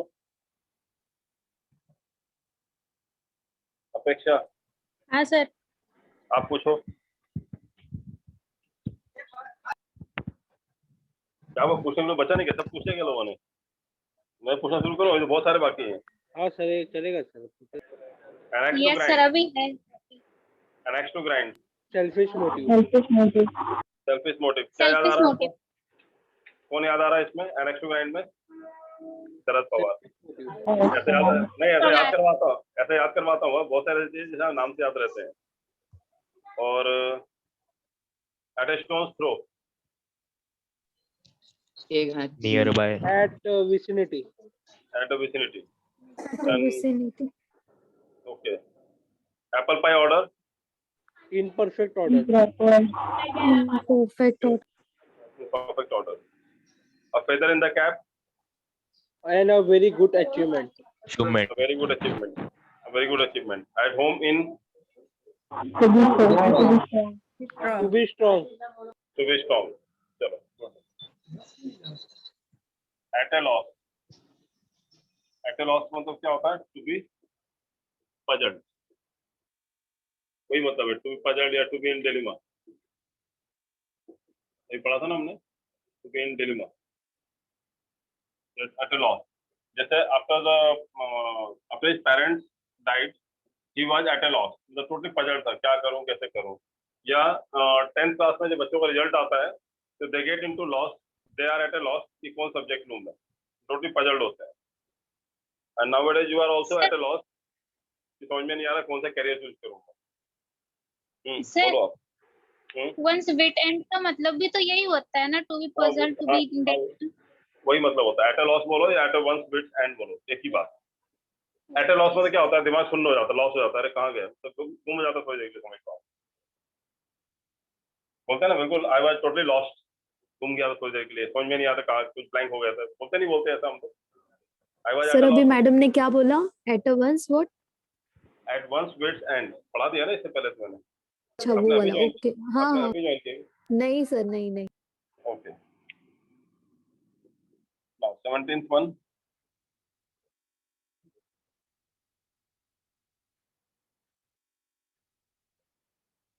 At sea.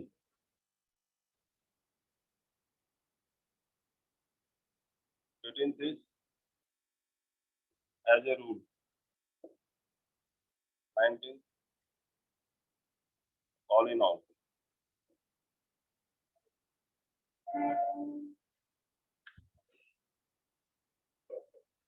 चलो, at sea का मतलब क्या होता है? वीक, मतलब कमजोर. At sea मतलब when my father died, I felt myself at sea. जब मेरे पिताजी की डेथ हुई थी, I felt myself at sea. मुझे ऐसा फील हो रहा था, मैं बहुत वीक फील कर रहा था. At sea मतलब क्या होता है? समुद्र में आपको अकेला छोड़ दिया तो कैसा फील करोगे? जहाँ आसपास बोट नहीं हो. Weak. Weak feel करोगे. डर लगेगा ना. तो that is called what? At sea. At sea मतलब क्या होता है? समुद्र में अकेला छोड़ दिया तो weak. As a rule का मतलब क्या होता है? Usually. As a rule का मतलब क्या हुआ? Usually. आदत में. कानून के हिसाब से. हाँ, मतलब as a rule है. जैसे मैं बोलूँ कि we upload our videos after the lecture is over as a rule. मतलब क्या हुआ? Usually. ठीक है. And most of the students don't revise after going home from the class as a rule. मतलब क्या हुआ? Usually. देखो कितनी तेज बोलो. Usually. हाँ सर. यूजुअली नहीं पढ़ते घर जाके, है ना? समझ में? एज ए रूल मतलब क्या होता है वहां पे? ये हाँ, एज ए सर। रूल जो है ना, ये ज्यादातर या तो लास्ट में आएगा सेंटेंस के, या सेंटेंस के पहले आएगा। अब ये कैसे पूछा जाएगा? जैसे आपसे बोला जाएगा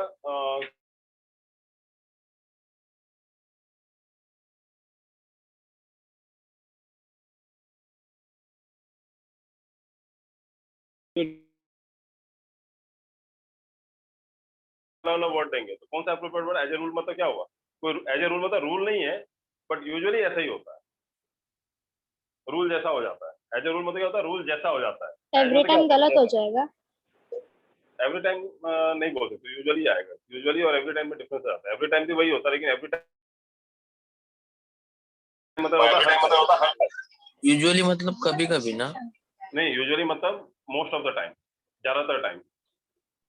बट एवरी टाइम नहीं बोल सकता, यूजुअली मतलब एक आध बार नहीं भी हो सकता है। एक आध टाइम जो है मतलब बजट जो अप्रैल में भी आ सकता है, समझे आप? सर आपने यूजुअली मतलब मॉर्निंग में यही कंटिन्यू किया था? हाँ, मॉर्निंग में यही पढ़ाया था। हाँ, मॉर्निंग में यही पढ़ाया था। ओके। अभी साथ साथ में बैच चलता है ना, मॉर्निंग इवनिंग दोनों बैच सेम चलता है। देखिए, नहीं आपको सर, वो छूटे नहीं। एक्चुअली आपने इसमें 1 से स्टार्ट किया ना, और मॉर्निंग में आपका 10 हो चुका था ना सर? नहीं, 10 शुरू, फिर भी मैंने शुरू रिवाइज किया था मैंने 10 को। अच्छा अच्छा, नहीं सर वो मॉर्निंग का लेक्चर मिस हो गया था। नहीं, मॉर्निंग में क्या होता है, ऑलरेडी हमने 10 पढ़ा दिया था पिछले बार में। और इवनिंग वाले में क्या होता है, एक बार भी नहीं हुआ था, ये फर्स्ट लेक्चर है इनका, इससे आपको पूरा पढ़ाया जा रहा है। हाँ सर। ओके। ठीक है। ऑल इन ऑल का मतलब क्या होता है? The most important and powerful person. The most important and powerful person.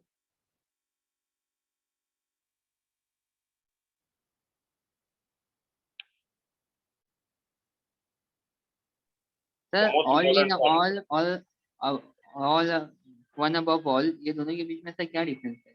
नहीं, अबव ऑल मतलब होता है सबसे ऊपर। और सबसे ऊपर कौन? Above all. जैसे गॉड इज अबव ऑल, और भगवान सबसे ऊपर है, वैसा बोल रहा हूँ। ऑल इन ऑल मतलब क्या होता है? My father is all in all my family. मतलब फादर जो होते हैं घर में क्या होते हैं, मोस्ट ऑफ द फैमिली को छोड़ के जहाँ मदर होती है, but most of the family क्या होता है? ऑल इन ऑल कौन होता है? Father. The most important powerful person कौन होता है? फादर। मतलब he takes the decision, final decision उनका ही रहता है। तो all in all, my father is all in my home. क्या आप बोलते? My mother is all in my home, चल जाता है, मतलब बोल सकते हैं, ऐसा कुछ नहीं है। ऑल इन ऑल मतलब क्या होता है? Most important powerful person. समझे? मतलब जो भी चीज आप कर रहे हो, जैसे यदि मैं फोकस में बोलो, फोकस में ऑल इन ऑल कौन है? आप अभी हंसी आ गई सबको। ठीक है, चलो। तो ऑल इन ऑल मतलब क्या होगा, समझ में आया आपको ना? अब जल्दी समझ में आएगा। ओके, स्कूल में आप या कॉलेज में प्रिंसिपल जो होता है, क्या प्रिंसिपल होता है? क्या all in all? Trustee. Trustee होते हैं, मालूम है ना? ऑल इन ऑल कौन होता है? हाँ, ट्रस्टी होता है, प्रिंसिपल नहीं होता है। प्रिंसिपल बैठाए जाते हैं अलग अलग कॉलेज में, पर ट्रस्टी मेन होते हैं। तो ऑल इन ऑल मतलब क्या होता है? The most important powerful person. Getting it? Yes sir. At a loss मतलब क्या होता है? दिमाग घूम जाता है, लॉस में चला जाता है, पजल्ड। एट सी मतलब क्या होता है? समुद्र में अकेला छोड़ दोगे, ऐसा फील करोगे, कमजोर। एज ए रूल मतलब क्या होता है? वैसा रूल नहीं है, बट एज ए रूल है, मतलब usually.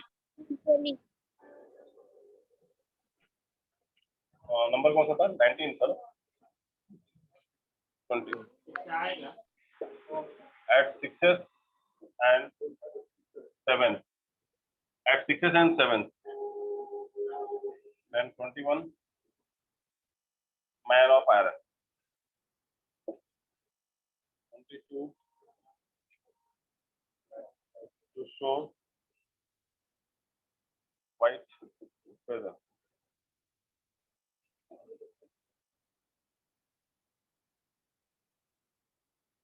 At the 11th hour.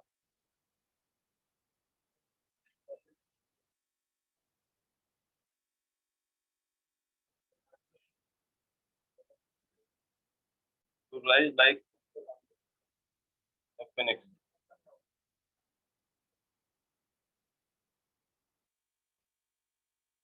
To rise from ashes.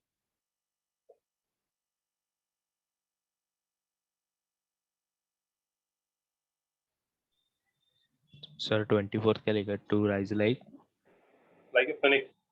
PHONIX. Sir वो 22 क्या है? क्या मॉम क्या नहीं यही होता है स्पेलिंग गलत है। 21 फिनिक्स मॉल देखा है ना। 21 इज मैन ऑफ आयरन। चलो अब एक एक करके देखते हैं। एट 6 एंड 7 नाम से लग रहा है कोई 6 पे है कोई 7 पे है। जो हमने पढ़ा था Apple pie order. Apple pie order का मतलब क्या होता है? सब कुछ प्रॉपर ऑर्डर में। एट 6 एंड 7 मतलब कोई 6 को पढ़ा है कोई 7 पढ़ा है, मतलब क्या हुआ? इन डिसऑर्डर।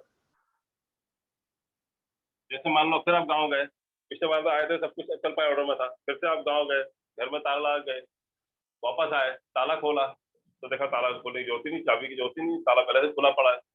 फिर अंदर घुसे घर के अंदर, सारा सामान अलमारी ज्वेरा सब कैसे पड़े? ज्वेरा तो नहीं थे, अलमारी कपड़े सब कहाँ पड़े थे?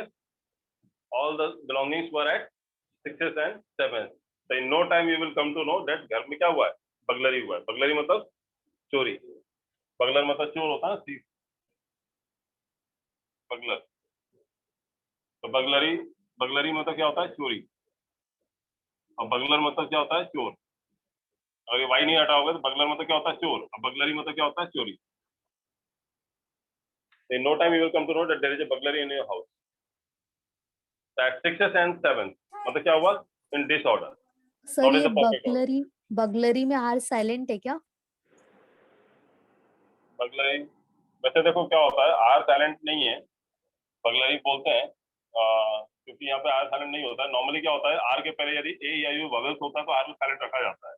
जैसे हम लोग बोलते हैं ना फ्रॉम, एक होता है फ्रॉम, तो आर के बाद ओ आए तो कोई दिक्कत नहीं, आप बोलना पड़ेगा फ्रॉम। आर के बाद ओ आता है तो आर बोला जाता है फ्रॉम। बट आर के पहले यदि ओ आए, ए या यू ववेल्स आता है ना, मालूम ना, ए ई आई ओ यू, ये ववेल्स होते हैं। यदि आर के पहले अगर ये आते हैं तो नॉर्मली हम लोग आर को प्रोनाउंस नहीं करते। जैसे फॉर्म में क्या होता है? आर को प्रोनाउंस नहीं करते, क्या बोलते हैं? फॉर्म। फॉर्म भरना है, फॉर्म भरना, वो तो गाँव वाले बोलते हैं फॉर्म भरना है। फार्म भरना है तो वो तो फिर किसान की खेती भर देते हैं, फार्म भरना है, वो अलग बात है। बाकी क्या बोलते हैं हम लोग? फॉर्म भरना है। ये क्या होता है? फ्रॉम। क्योंकि आर के बाद वायर मतलब नहीं है, आर के पहले नहीं होना चाहिए। तो यहाँ पे आर के पहले ए लगा हुआ है। ए क्या होता है? वोवेल होता है। तो नॉर्मली नहीं बोलना चाहिए, लेकिन यहाँ पे यूज करते हैं हम लोग। बगलर बोलते हैं और बगलरी बोलते हैं, यूज करते हैं। बगलरी नहीं बोलते हैं, आर यूज करते हैं यहाँ पे। ये एक्सेप्शन है यहाँ पे। साइलेंट वर्ड के रूल समझ में आया आपको ये फॉर्म का? Yes sir. वैसे आपके काम की चीज नहीं है, जब मैं पॉलिटिक्स पढ़ाता हूँ तब जरूरत पड़ती है इस चीज की, बट आप लोग के एग्जाम में पॉलिटिक्स वगैरह है नहीं, IELTS वगैरह पढ़ाता हूँ उसमें जरूरत पड़ती है। चलो एनीवे, ये समझ में आया आपको? एट 6 एंड 7 मतलब क्या होता है? इन हाँ, disorder. Okay. Man of iron, man of iron मतलब क्या हो गया? strong लोहे का आदमी। लोहे का आदमी। strong मैन ऑफ स्ट्रॉन्ग हाँ विल पावर। ये ज्यादा वर्ड ध्यान रखना, इस पे अलग से लिख रहा हूँ। विल पावर, या विल पावर की बात होती है। स्ट्रेंथ वैसे वाली स्ट्रेंथ की बात नहीं होती, मस्कुलर स्ट्रेंथ की बात नहीं होती।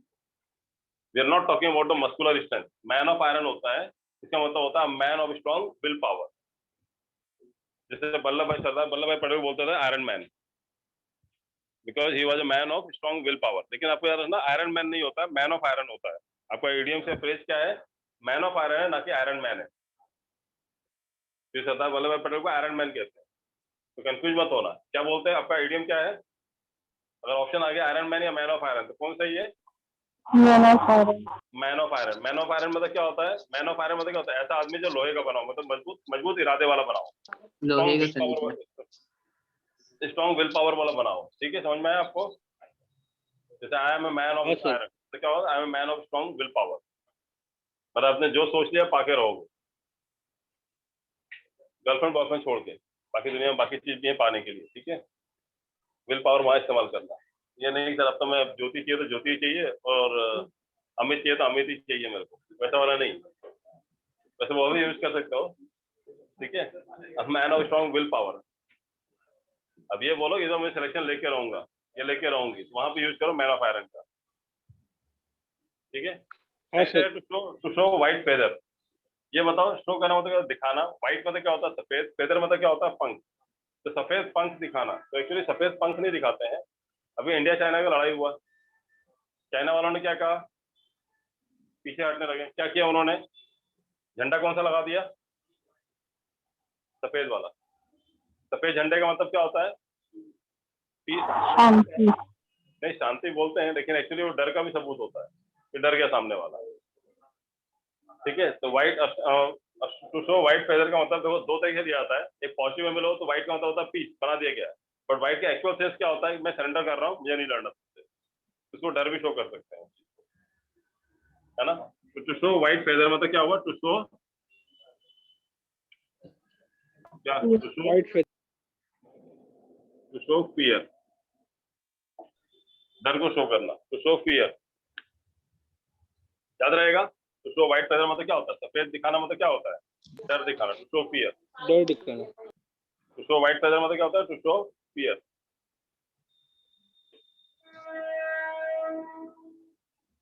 टू शो व्हाइट फेदर मतलब क्या होता है? To show fear.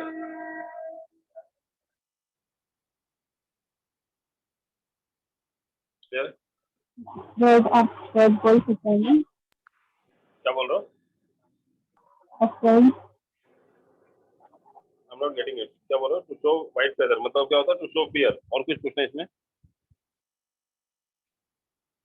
Upspread। पूछना है? हाँ, Upspread बोल सकते हैं। क्या बोल रहे हो? Upspread। नहीं, आपकी आवाज क्लियर नहीं आ रही है। हेलो, आपकी आवाज क्लियर नहीं आ रही है। माइक बंद करके दोबारा बोलो। आप कुछ बोल रहे थे क्या? चलो anyway, at the 11th hour, at the 11th hour, ये तो बहुत आराम से सुना होगा ये अपने word. At the 11th hour, last moment. अपने घड़ी जो होती है वो टोटल 12 घंटे की होती है ना। 3, 6, 9 और यहाँ पे होता है 11। तो एट द 11th आवर मतलब आप यहाँ पे हो, मतलब अगला स्टेशन सीधे कहाँ आएगा? 12 पे, मतलब टाइम खत्म। तो एट द 11th आवर मतलब क्या होता है? लास्ट मोमेंट पे। ज्यादातर जो स्टूडेंट्स होते हैं they study at the 11th hour. कब पढ़ाई करते हैं वो लोग? कब पढ़ाई करते हैं? At the 11th hour. ये बोलते हैं ना, हाँ। जैसे आपको ट्रेन में जाना हो और एट द 11th आवर याद आए कि अरे मेरा तो पास ही खत्म हो गया है ना। समझ में आया ना? एट द 11th आवर मतलब लास्ट मोमेंट पे। एट द 11th आवर मतलब क्या होता है? Last moment. लास्ट मोमेंट, मतलब at the last moment. At the 11th hour मतलब होता है at the last moment, MOMENT, at the last moment, at the 11th hour. तो most of the student they study at the 11th hour. जैसे कई बार घर में भी चिल्ला चोट हो जाती है ना, तो मैं लास्ट मोमेंट पे याद आता है कि ऐसा करना है, बोलते हैं ना sir. You always remember at the last moment, at the 11th hour, है ना, at the last moment. Next है to rise like a phoenix. ये बहुत इंपॉर्टेंट है, ये बहुत बार एग्जाम में आ चुका है। To rise like a phoenix. Phoenix क्या है? अभी हम बोला सर मॉल है जो कुर्ला में है और वहाँ पे हाइपर सिटी है, वहाँ पे क्या नाम है? अक्टूबर में भी है। जल्दी चीजें रहती है ना।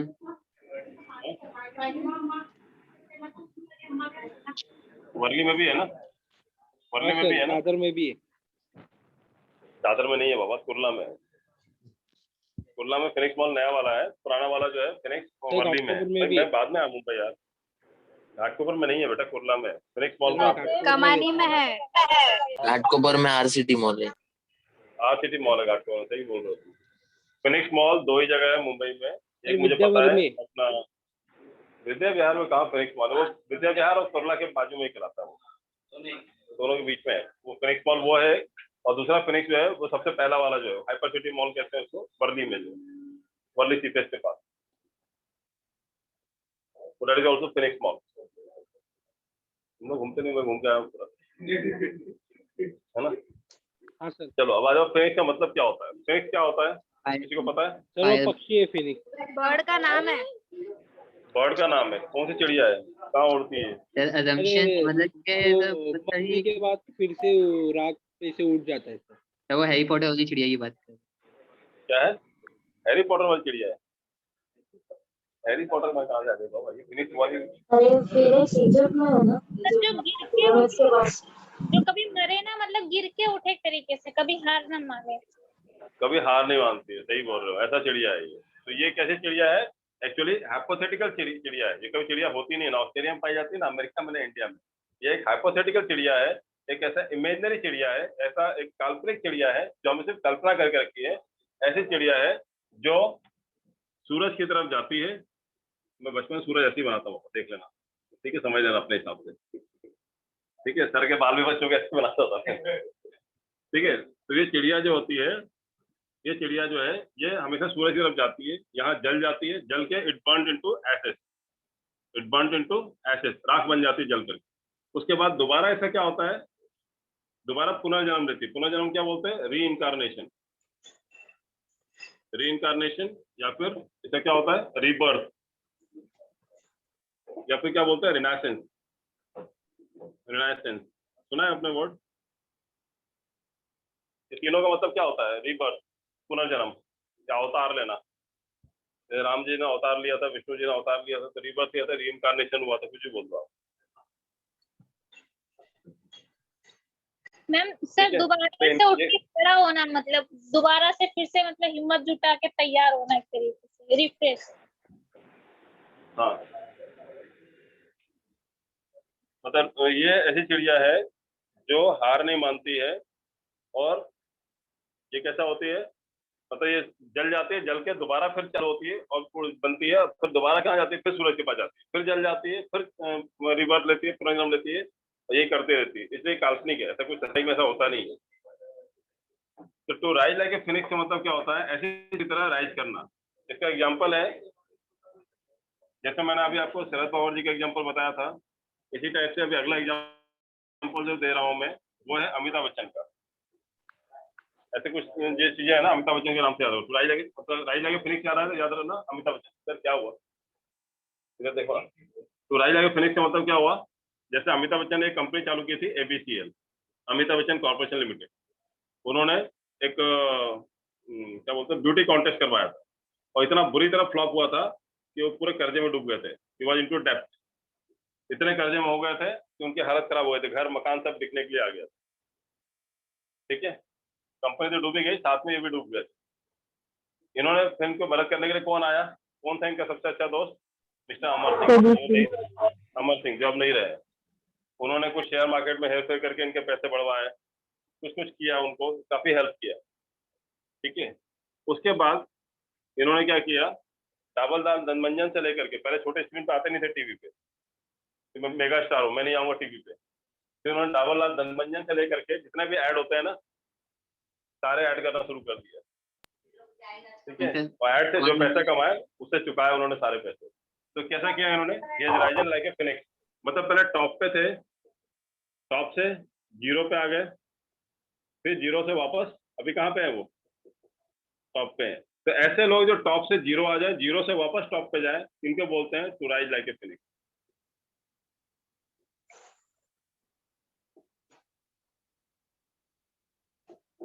समझा आपको, समझा आपको ये क्या होता है, to rise like a phoenix का मतलब क्या होता है।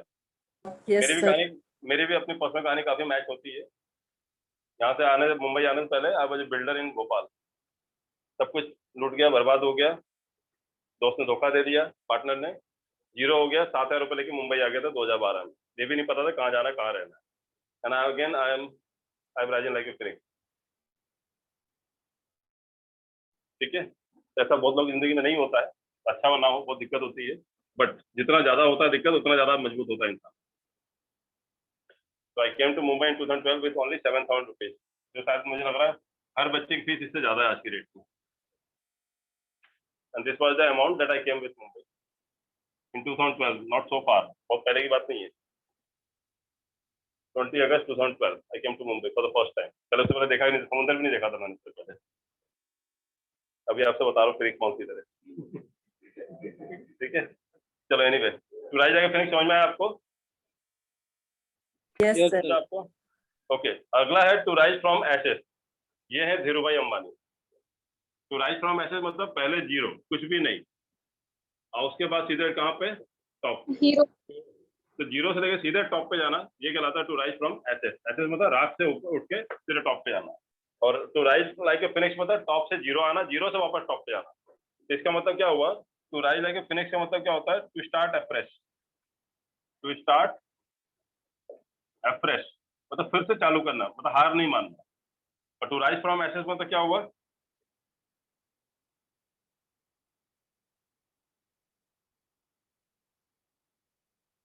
तो इसका मतलब to start afresh from low position, मतलब लो पोजीशन से वापस टॉप पे जाना। To start afresh from low position.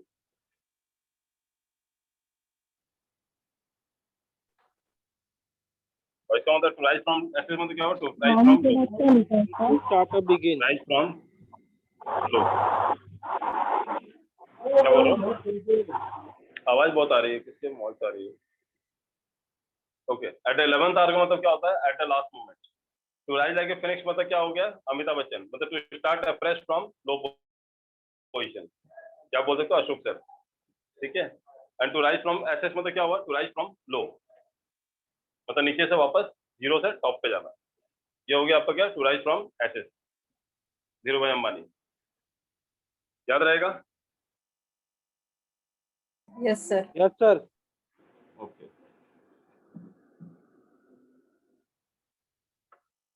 Tension मतलब नहीं भी लिखा है तो पीडीएफ मिलेगा, लेकिन अपने हाथ से लिखोगे ज्यादा याद रहता है, पीडीएफ के थ्रू याद नहीं रहता है।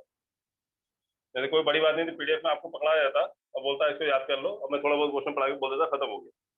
बट पीडीएफ के थ्रू नहीं होता, इसलिए मैं आपको बोर्ड पे लिखवा रहा हूँ। Okay, sir. 26 ना, टू मीट वन वाटरलू।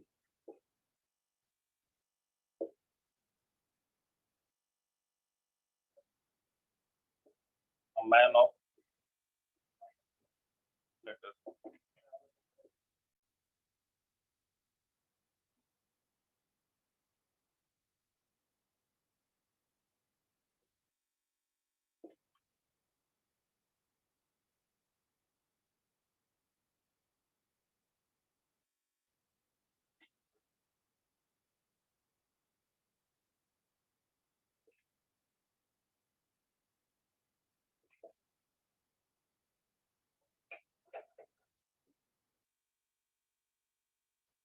चलो ये देखते हैं हम लोग, to meet one's Waterloo.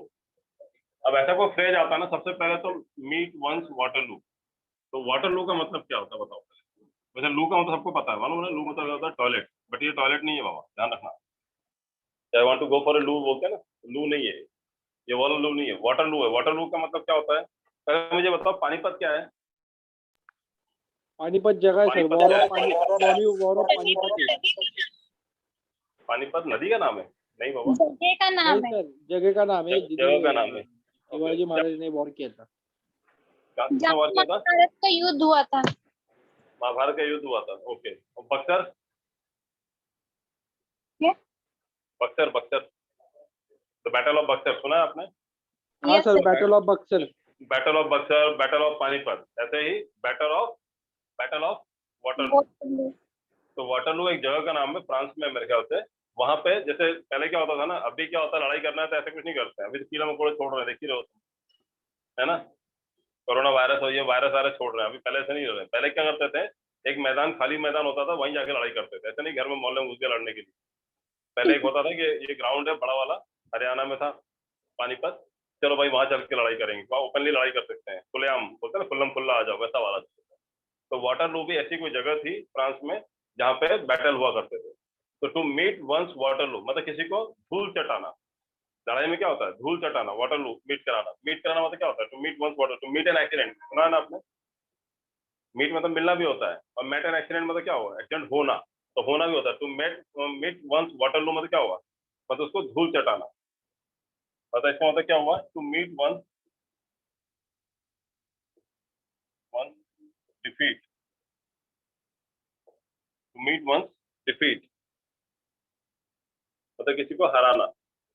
Defeat मतलब क्या होता है? वाटरलू क्या लड़ाई की जगह है ना, तो याद रहेगा, डिफीट हराना, धूल चटाना। टू मीट वंस वाटरलू मतलब क्या होता है? धूल चटाना। सुना है वर्ड आपने, फ्रेज सुना है हिंदी में, धूल चटाना?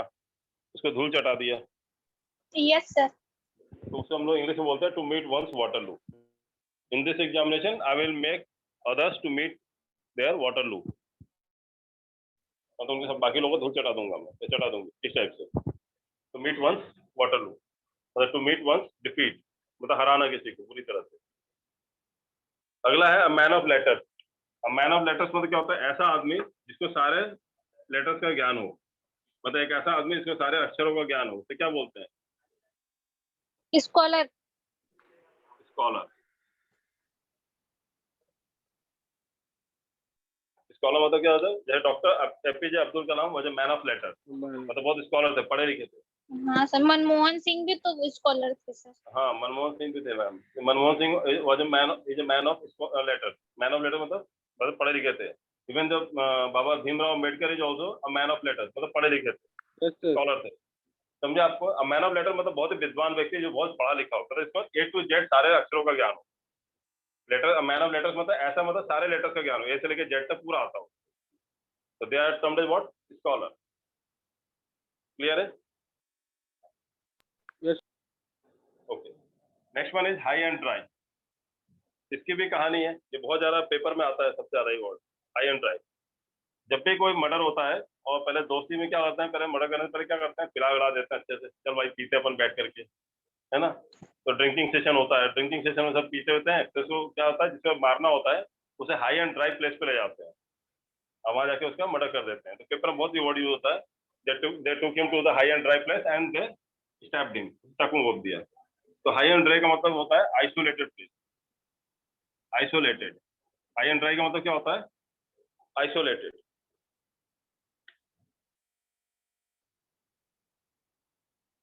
जैसे बोलोगे I and my wife are at high and dry, मतलब क्या हुआ? आइसोलेटेड है। समझे आपको? आइसोलेटेड कहीं भी यूज कर सकते हो, हाई एंड ड्राई। या बोलो कि वो जो पार्क है वो कैसा है? हाई एंड ड्राई प्लेस पे है। मेरा जो फार्म हाउस है वो कहाँ पे है? हाई एंड ड्राई प्लेस पे। हाई एंड ड्राई मतलब क्या हुआ? आइसोलेटेड है, सिटी से अलग हट के है। मेरा घर जो है वो हाई एंड ड्राई प्लेस पे नहीं ले सकता मैं, है ना, जंगल में शेर वेर आ जाएंगे फिर। तो हाई एंड ड्राई प्लेस मतलब क्या हुआ? आइसोलेटेड। तो मतलब their friends have a drinking session, paper में ज्यादा ये बात आता है। ड्रिंकिंग सेशन हुआ, they took him to a high and dry place and then stabbed him, और चाकू घोंप दिया। तो हाई मतलब क्या होता है? ऊंचा, मतलब पहाड़ी वाली जगह। ड्राई मतलब क्या होता है? सूखा, मतलब कुछ आसपास कुछ है ही नहीं। तो हाई एंड ड्राई मतलब कैसा एरिया हो जाएगा? आइसोलेटेड, जो कटा हुआ है मेन एरिया से। समझ में आपको? याद रहेगा? हाई एंड ड्राई याद रहेगा? Yes, sir. तो बरी द हैचेट। हैचेट मालूम है क्या होता है? क्या बोलते हैं यहाँ पे मराठी में? सुबह किसी ने बताया था मुझे, भूल गया मैं। क्या? अरे वो जैसे चिकन वगैरह काटते हैं या मीट वीट काटते हैं, कोयता। नहीं कोयता सर, कोयता। हाँ कोयता, हाँ हाँ। हमारे इधर वो बोलते हैं, उसको क्या बोलते हैं? गड़ा सा। वो आगे का लकड़ी का रहता है ऊपर का, और नीचे पूरा लोहे का रहता है, जो चॉपिंग करने का काम आता है। तो बरी द हैचेट। तो हैचेट को बरी करना, बरी मतलब क्या होता है? जमीन में गाड़ना। तो ये हैचेट क्या होता है? काटने पीटने का काम आता है। उसे जमीन में गाड़ दिया, मतलब नीचे कर दिया। इसका मतलब क्या चाहते हो आप? टू मेक पीस, मतलब आप शांति चाहते हो, लड़ाई झगड़े ना हो। टू मेक पीस मतलब आपको शांति चाहिए, लड़ाई झगड़ा नहीं चाहिए। To make peace. तो बरी द हैचेट मतलब क्या हुआ? चलो यार छोड़ देते हैं, चलो अपने जो भी दुश्मनी है वो जमीन में गाड़ देते हैं, वैसा। जो भी दुश्मनी जमीन बरी में गाड़ मीन्स देते क्या? हैं। बरी मतलब गाड़ना, जमीन में गाड़ना। बरियल प्लेस होता है ना, जहाँ पे मुर्दों को गाड़ा जाता है, बरियल प्लेस। सुना है ना आपने? Burial place. Yes sir. Yes, sir. तो बरी मतलब क्या Yes, होता है? sir. गाड़ना। हैचेट मतलब क्या होता है? वो कोयता। उसको जमीन में गाड़ दिया मतलब क्या हुआ? आपको लड़ाई झगड़ा नहीं करनी। समझा आपको? Yes, sir.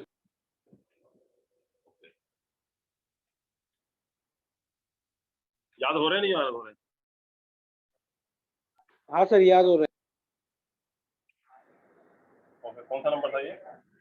कौन सा नंबर था लास्ट? 29 था। है। 29. चलेगा। 30।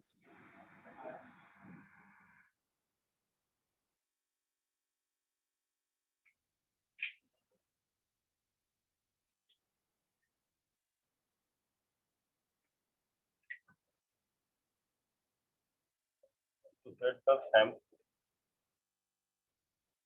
on fire.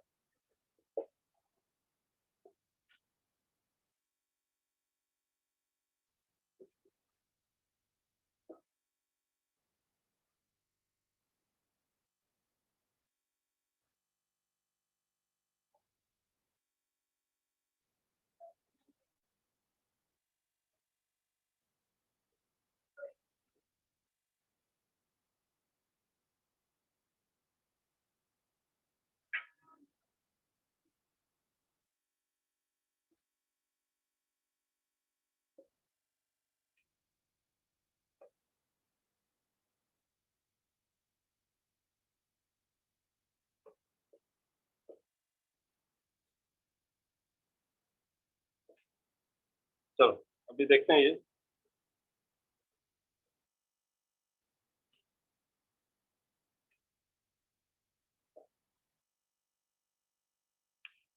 चलो देखते हैं ये। To set the Thames on fire, पहला है to set the Thames on fire. Hello to set fire मतलब क्या होता है? टू सेट फायर मतलब क्या होता है? आग लगाना। टू सेट फायर भी बोलते हैं, टू सेट फायर, या फिर हम लोग बोलते हैं to set ablaze. To set ablaze मतलब आग लगाना। तो अपने घर पे तो ही सेट एब्लेज मतलब आग लगा दिया, या टू सेट फायर मतलब आग लगाना। तो एब्लेज या फायर यूज करते हैं हम लोग। To set the Thames on fire, Thames क्या है बताओगे आप? सर एक इंग्लैंड में रिवर है ना? इंग्लैंड में रिवर है, सही बोल रहे हो। थैम्स क्या है? एक नदी का नाम है जो इंग्लैंड में है। तो set the Thames on fire मतलब क्या होता है? चलो गाना में सुना होगा, पानी में आग लगा दिए, यस सुना सर। है कभी? पानी में आग लगाना, तो पानी में आग तो लगता नहीं है, तो ये वही कहानी है, पानी में आग लगाना। टू सेट द थैम्स, थैम्स मतलब नदी में आग लगा देना।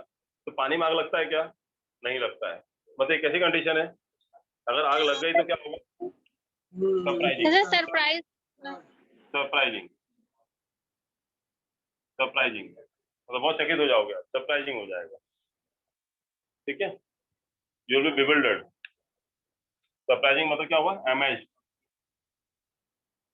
या बिविल्डर्ड, ऐसे बहुत सारे वर्ड होते हैं। या स्टन्ड, STUNNED, STUNNED, स्टन्ड। तो स्टनिंग का मतलब होता है, जैसे लड़कियों के लिए यूज करते हैं, she is looking so stunning today, मतलब बहुत खूबसूरत लग रही, गॉर्जियस लग रही है, उसके लिए यूज करते हैं स्टनिंग। बट स्टंट मतलब होता है चकित होना, वो उसको भी देख के चकित हो जाते हैं, स्टंट यूज करते हैं। एस्टाउंड भी आएगा सर? क्या? एस्टाउंड? एस्टॉन भी आता है। एस्टॉन मतलब वही होता है, चकित होना, सरप्राइज होना, अमेज्ड होना, बिविल्डर्ड होना। बहुत सारे वर्ड है चकित होने के लिए। ठीक है, तो set the Thames on fire मतलब नदी में आग लगाना। एक बात कोई बताएगा कैसा होगा, मतलब बहुत सरप्राइजिंग थिंग है। मतलब जब उसने मुझे बताया कि उसने 2 साल के अंदर 500 करोड़ रुपए कमाए हैं, तो it was just like he has set the Thames on fire in everyone's eye. सबकी आंखों में क्या कर दिया? He set the Thames on fire, मतलब क्या बहुत सरप्राइज हो गया था सब लोग सुन करके उसकी बातें। ठीक है, तो क्या ना, थैम्स नदी में आग लगी कि नहीं लगी? लग गई ना। हाँ, तो तुम भी ऐसे करो, जब पता चला कि तुम्हें कोई उम्मीद नहीं कर रहा तुम्हारा सिलेक्शन हो और तुम्हारा सिलेक्शन हो जाए, तो क्या होगा? वो कैसा लगेगा? पानी में आग लगा, मतलब you will also set the Thames on fire. समझ में आया? चलो समझ में आ गया। अगला है to put the cat among pigeons. To put the cat among pigeons मतलब कैट मतलब क्या हुआ? बिल्ली। पिजन्स मालूम है ना आपको? कबूतर। Yes sir. ओके, तो जो पिजन्स होते हैं उनके बीच में कैट को रखना। Put the cat among pigeons, सारे पिजन्स हैं और बीच में कैट रख दो, कैसा फील करेगा ये? फील करेगा वो। awkward ऑकवर्ड फील करेगा वो थोड़ा, है ना? ऐसा लगेगा ना मैं गलत जगह पे आ गया। कैसा फील करेगा? To be placed at a wrong situation. कैसा फील करेगा? To be placed at wrong, to place at wrong situation. ऐसा लगेगा गलत जगह पे मैं आज फंस गया मैं आके। मतलब सबको इंग्लिश आती है। You will feel like a cat among pigeon, pigeon के बीच में कैट। कौवा चले हंस की चाल, सुना है? कौवा चले हंस की चाल मतलब सारे हंस हो और उनके बीच में कौवा आ जाए, तो कैसा फील करेगा? ऑड लगेगा। तो वैसे ही the put the cat among pigeon, पर सब लोग इंग्लिश में बात कर रहे हैं, कोई एक बच्चा बंदा जो है हिंदी में बोल रहा है या कोई और लैंग्वेज बोल रहा है, कैसा फील करेगा अपने आप को? Cat among pigeon. सबसे क्वेश्चन बन रहा है, किसी एक से नहीं बन रहा, कैसा फील करेगा वो? Cat among pigeon. जैसे मैं कभी फील करता, सारे लोग मराठी बोलते रहते हैं, मैं चुपचाप देखता रहता हूँ, पता नहीं क्या बोल रहे हैं। तो I also feel like cat among pigeon. समझा आपको? बोलना नहीं आता, समझ में तो आता है, बोलना नहीं आता। बोलना में थोड़े को लाइनें बोल देते रटा रटा है। जैसे ऑटो वाला पूछते बढ़ती जाती है, तुम्हारे हाँ बढ़ती जाती है, इतना आता है। ठीक है, चलो एनीवे, तो put the cat among pigeons, समझ में आया आपको? क्लियर है? नेक्स्ट है to beat about the bush. ये बहुत इंपॉर्टेंट है, कई बार एग्जाम में आता रहता है। ये भी आता है, थैम्स ऑफ द फायर भी आता है, और to beat about the bush भी एग्जाम बोलता रहता है। To beat about the bush मतलब क्या होता है? To talk about unimportant things, talk about unimportant thing.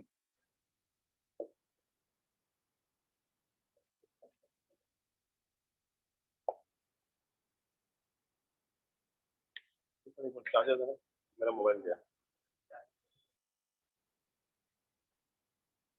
जल्दी जल्दी।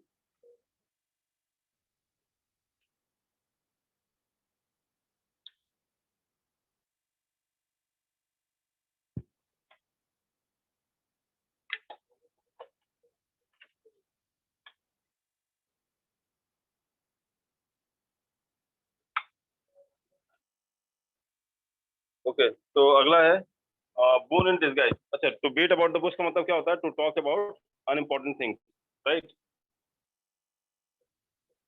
हेलो, आ रही है आवाज आप लोगों को? हाँ सर, आ रही है आवाज। ओके,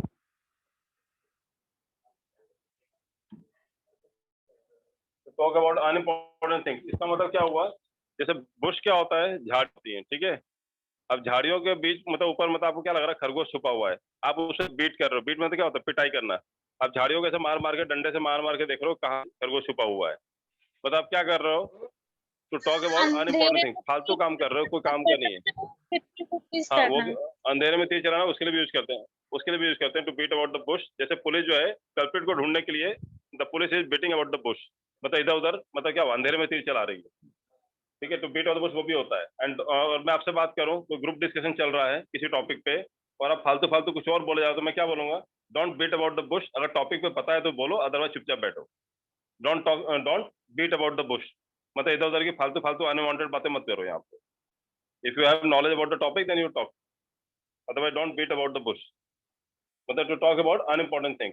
या फिर to shoot arrow in the dark, या टू क्या आएगा इसका मतलब? To shoot arrow in the dark.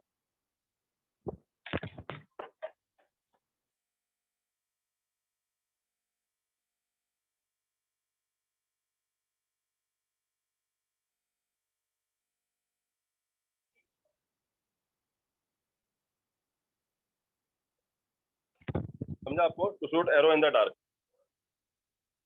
Clear है?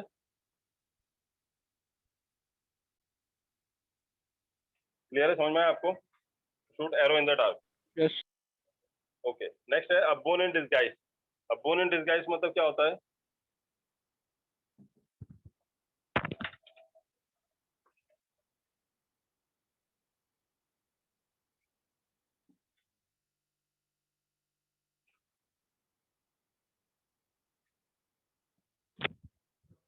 बोन इन डिस्गाइज का मतलब होता है बेनिफिट इन लॉस।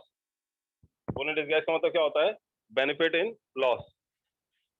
जैसे आपको बताओ, कोई भी ऐसा बोन इन डिस्गाइज, डिस्गाइज मतलब क्या होता है? मुसीबत। मुसीबत में बोन मतलब क्या होता है? साइंस सुना है? साइंस इज बोन ऑफ कर, विज्ञान हाँ एक सर। वरदान एवं अभिशाप है।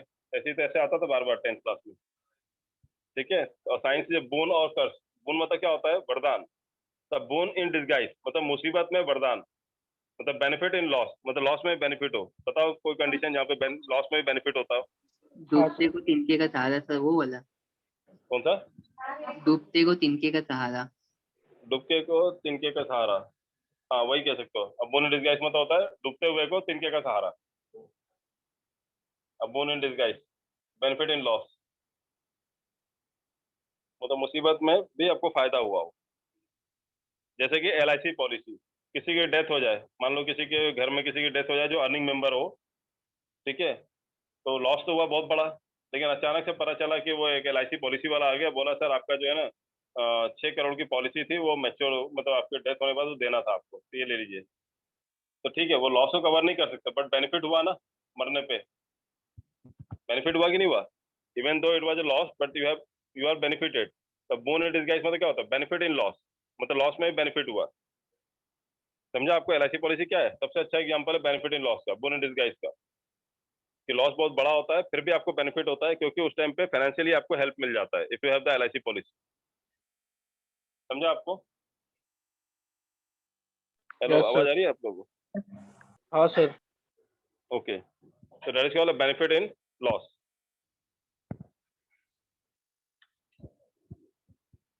अब बोन इन डिस्गाइज मतलब बेनिफिट इन लॉस। ओके,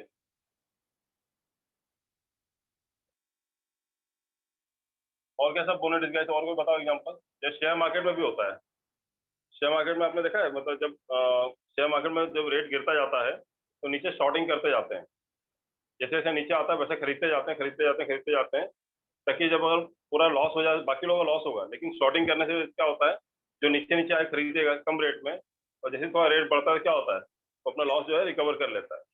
पूरा तो नहीं कवर होता, but that is also benefit in loss, मतलब लॉस में भी बेनिफिट हो जाता है, उनको कवर हो जाता है, वो शॉर्टिंग करते हैं। अब बिग शॉर्ट, अब बिग शॉर्ट का मतलब क्या होता है, important person.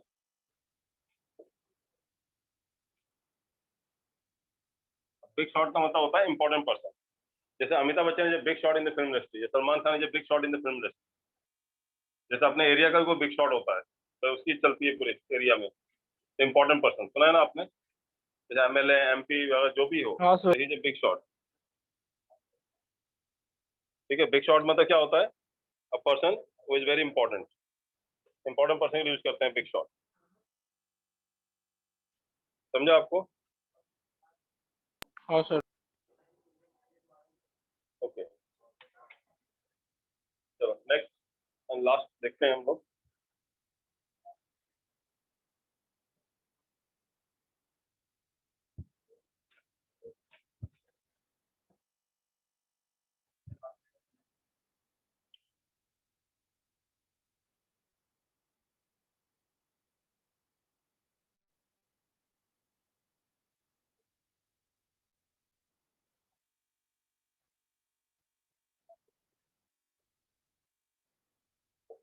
To break the duck, to break the duck मतलब क्या होता है, टू बिगिन।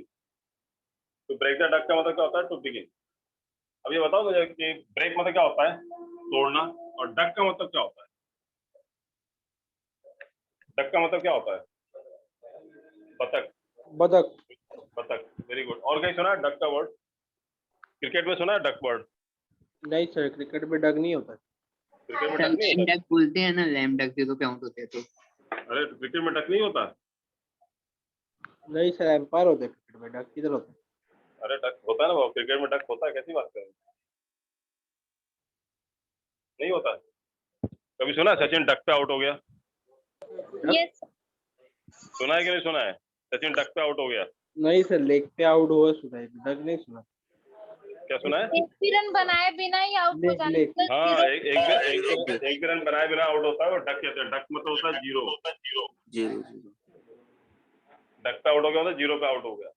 तो टू ब्रेक द डक मतलब क्या हुआ, जीरो को तोड़ दिया, मतलब क्या कर दिया, शुरू कर दिया रन बनाना, टू बिगिन। समझा आपको?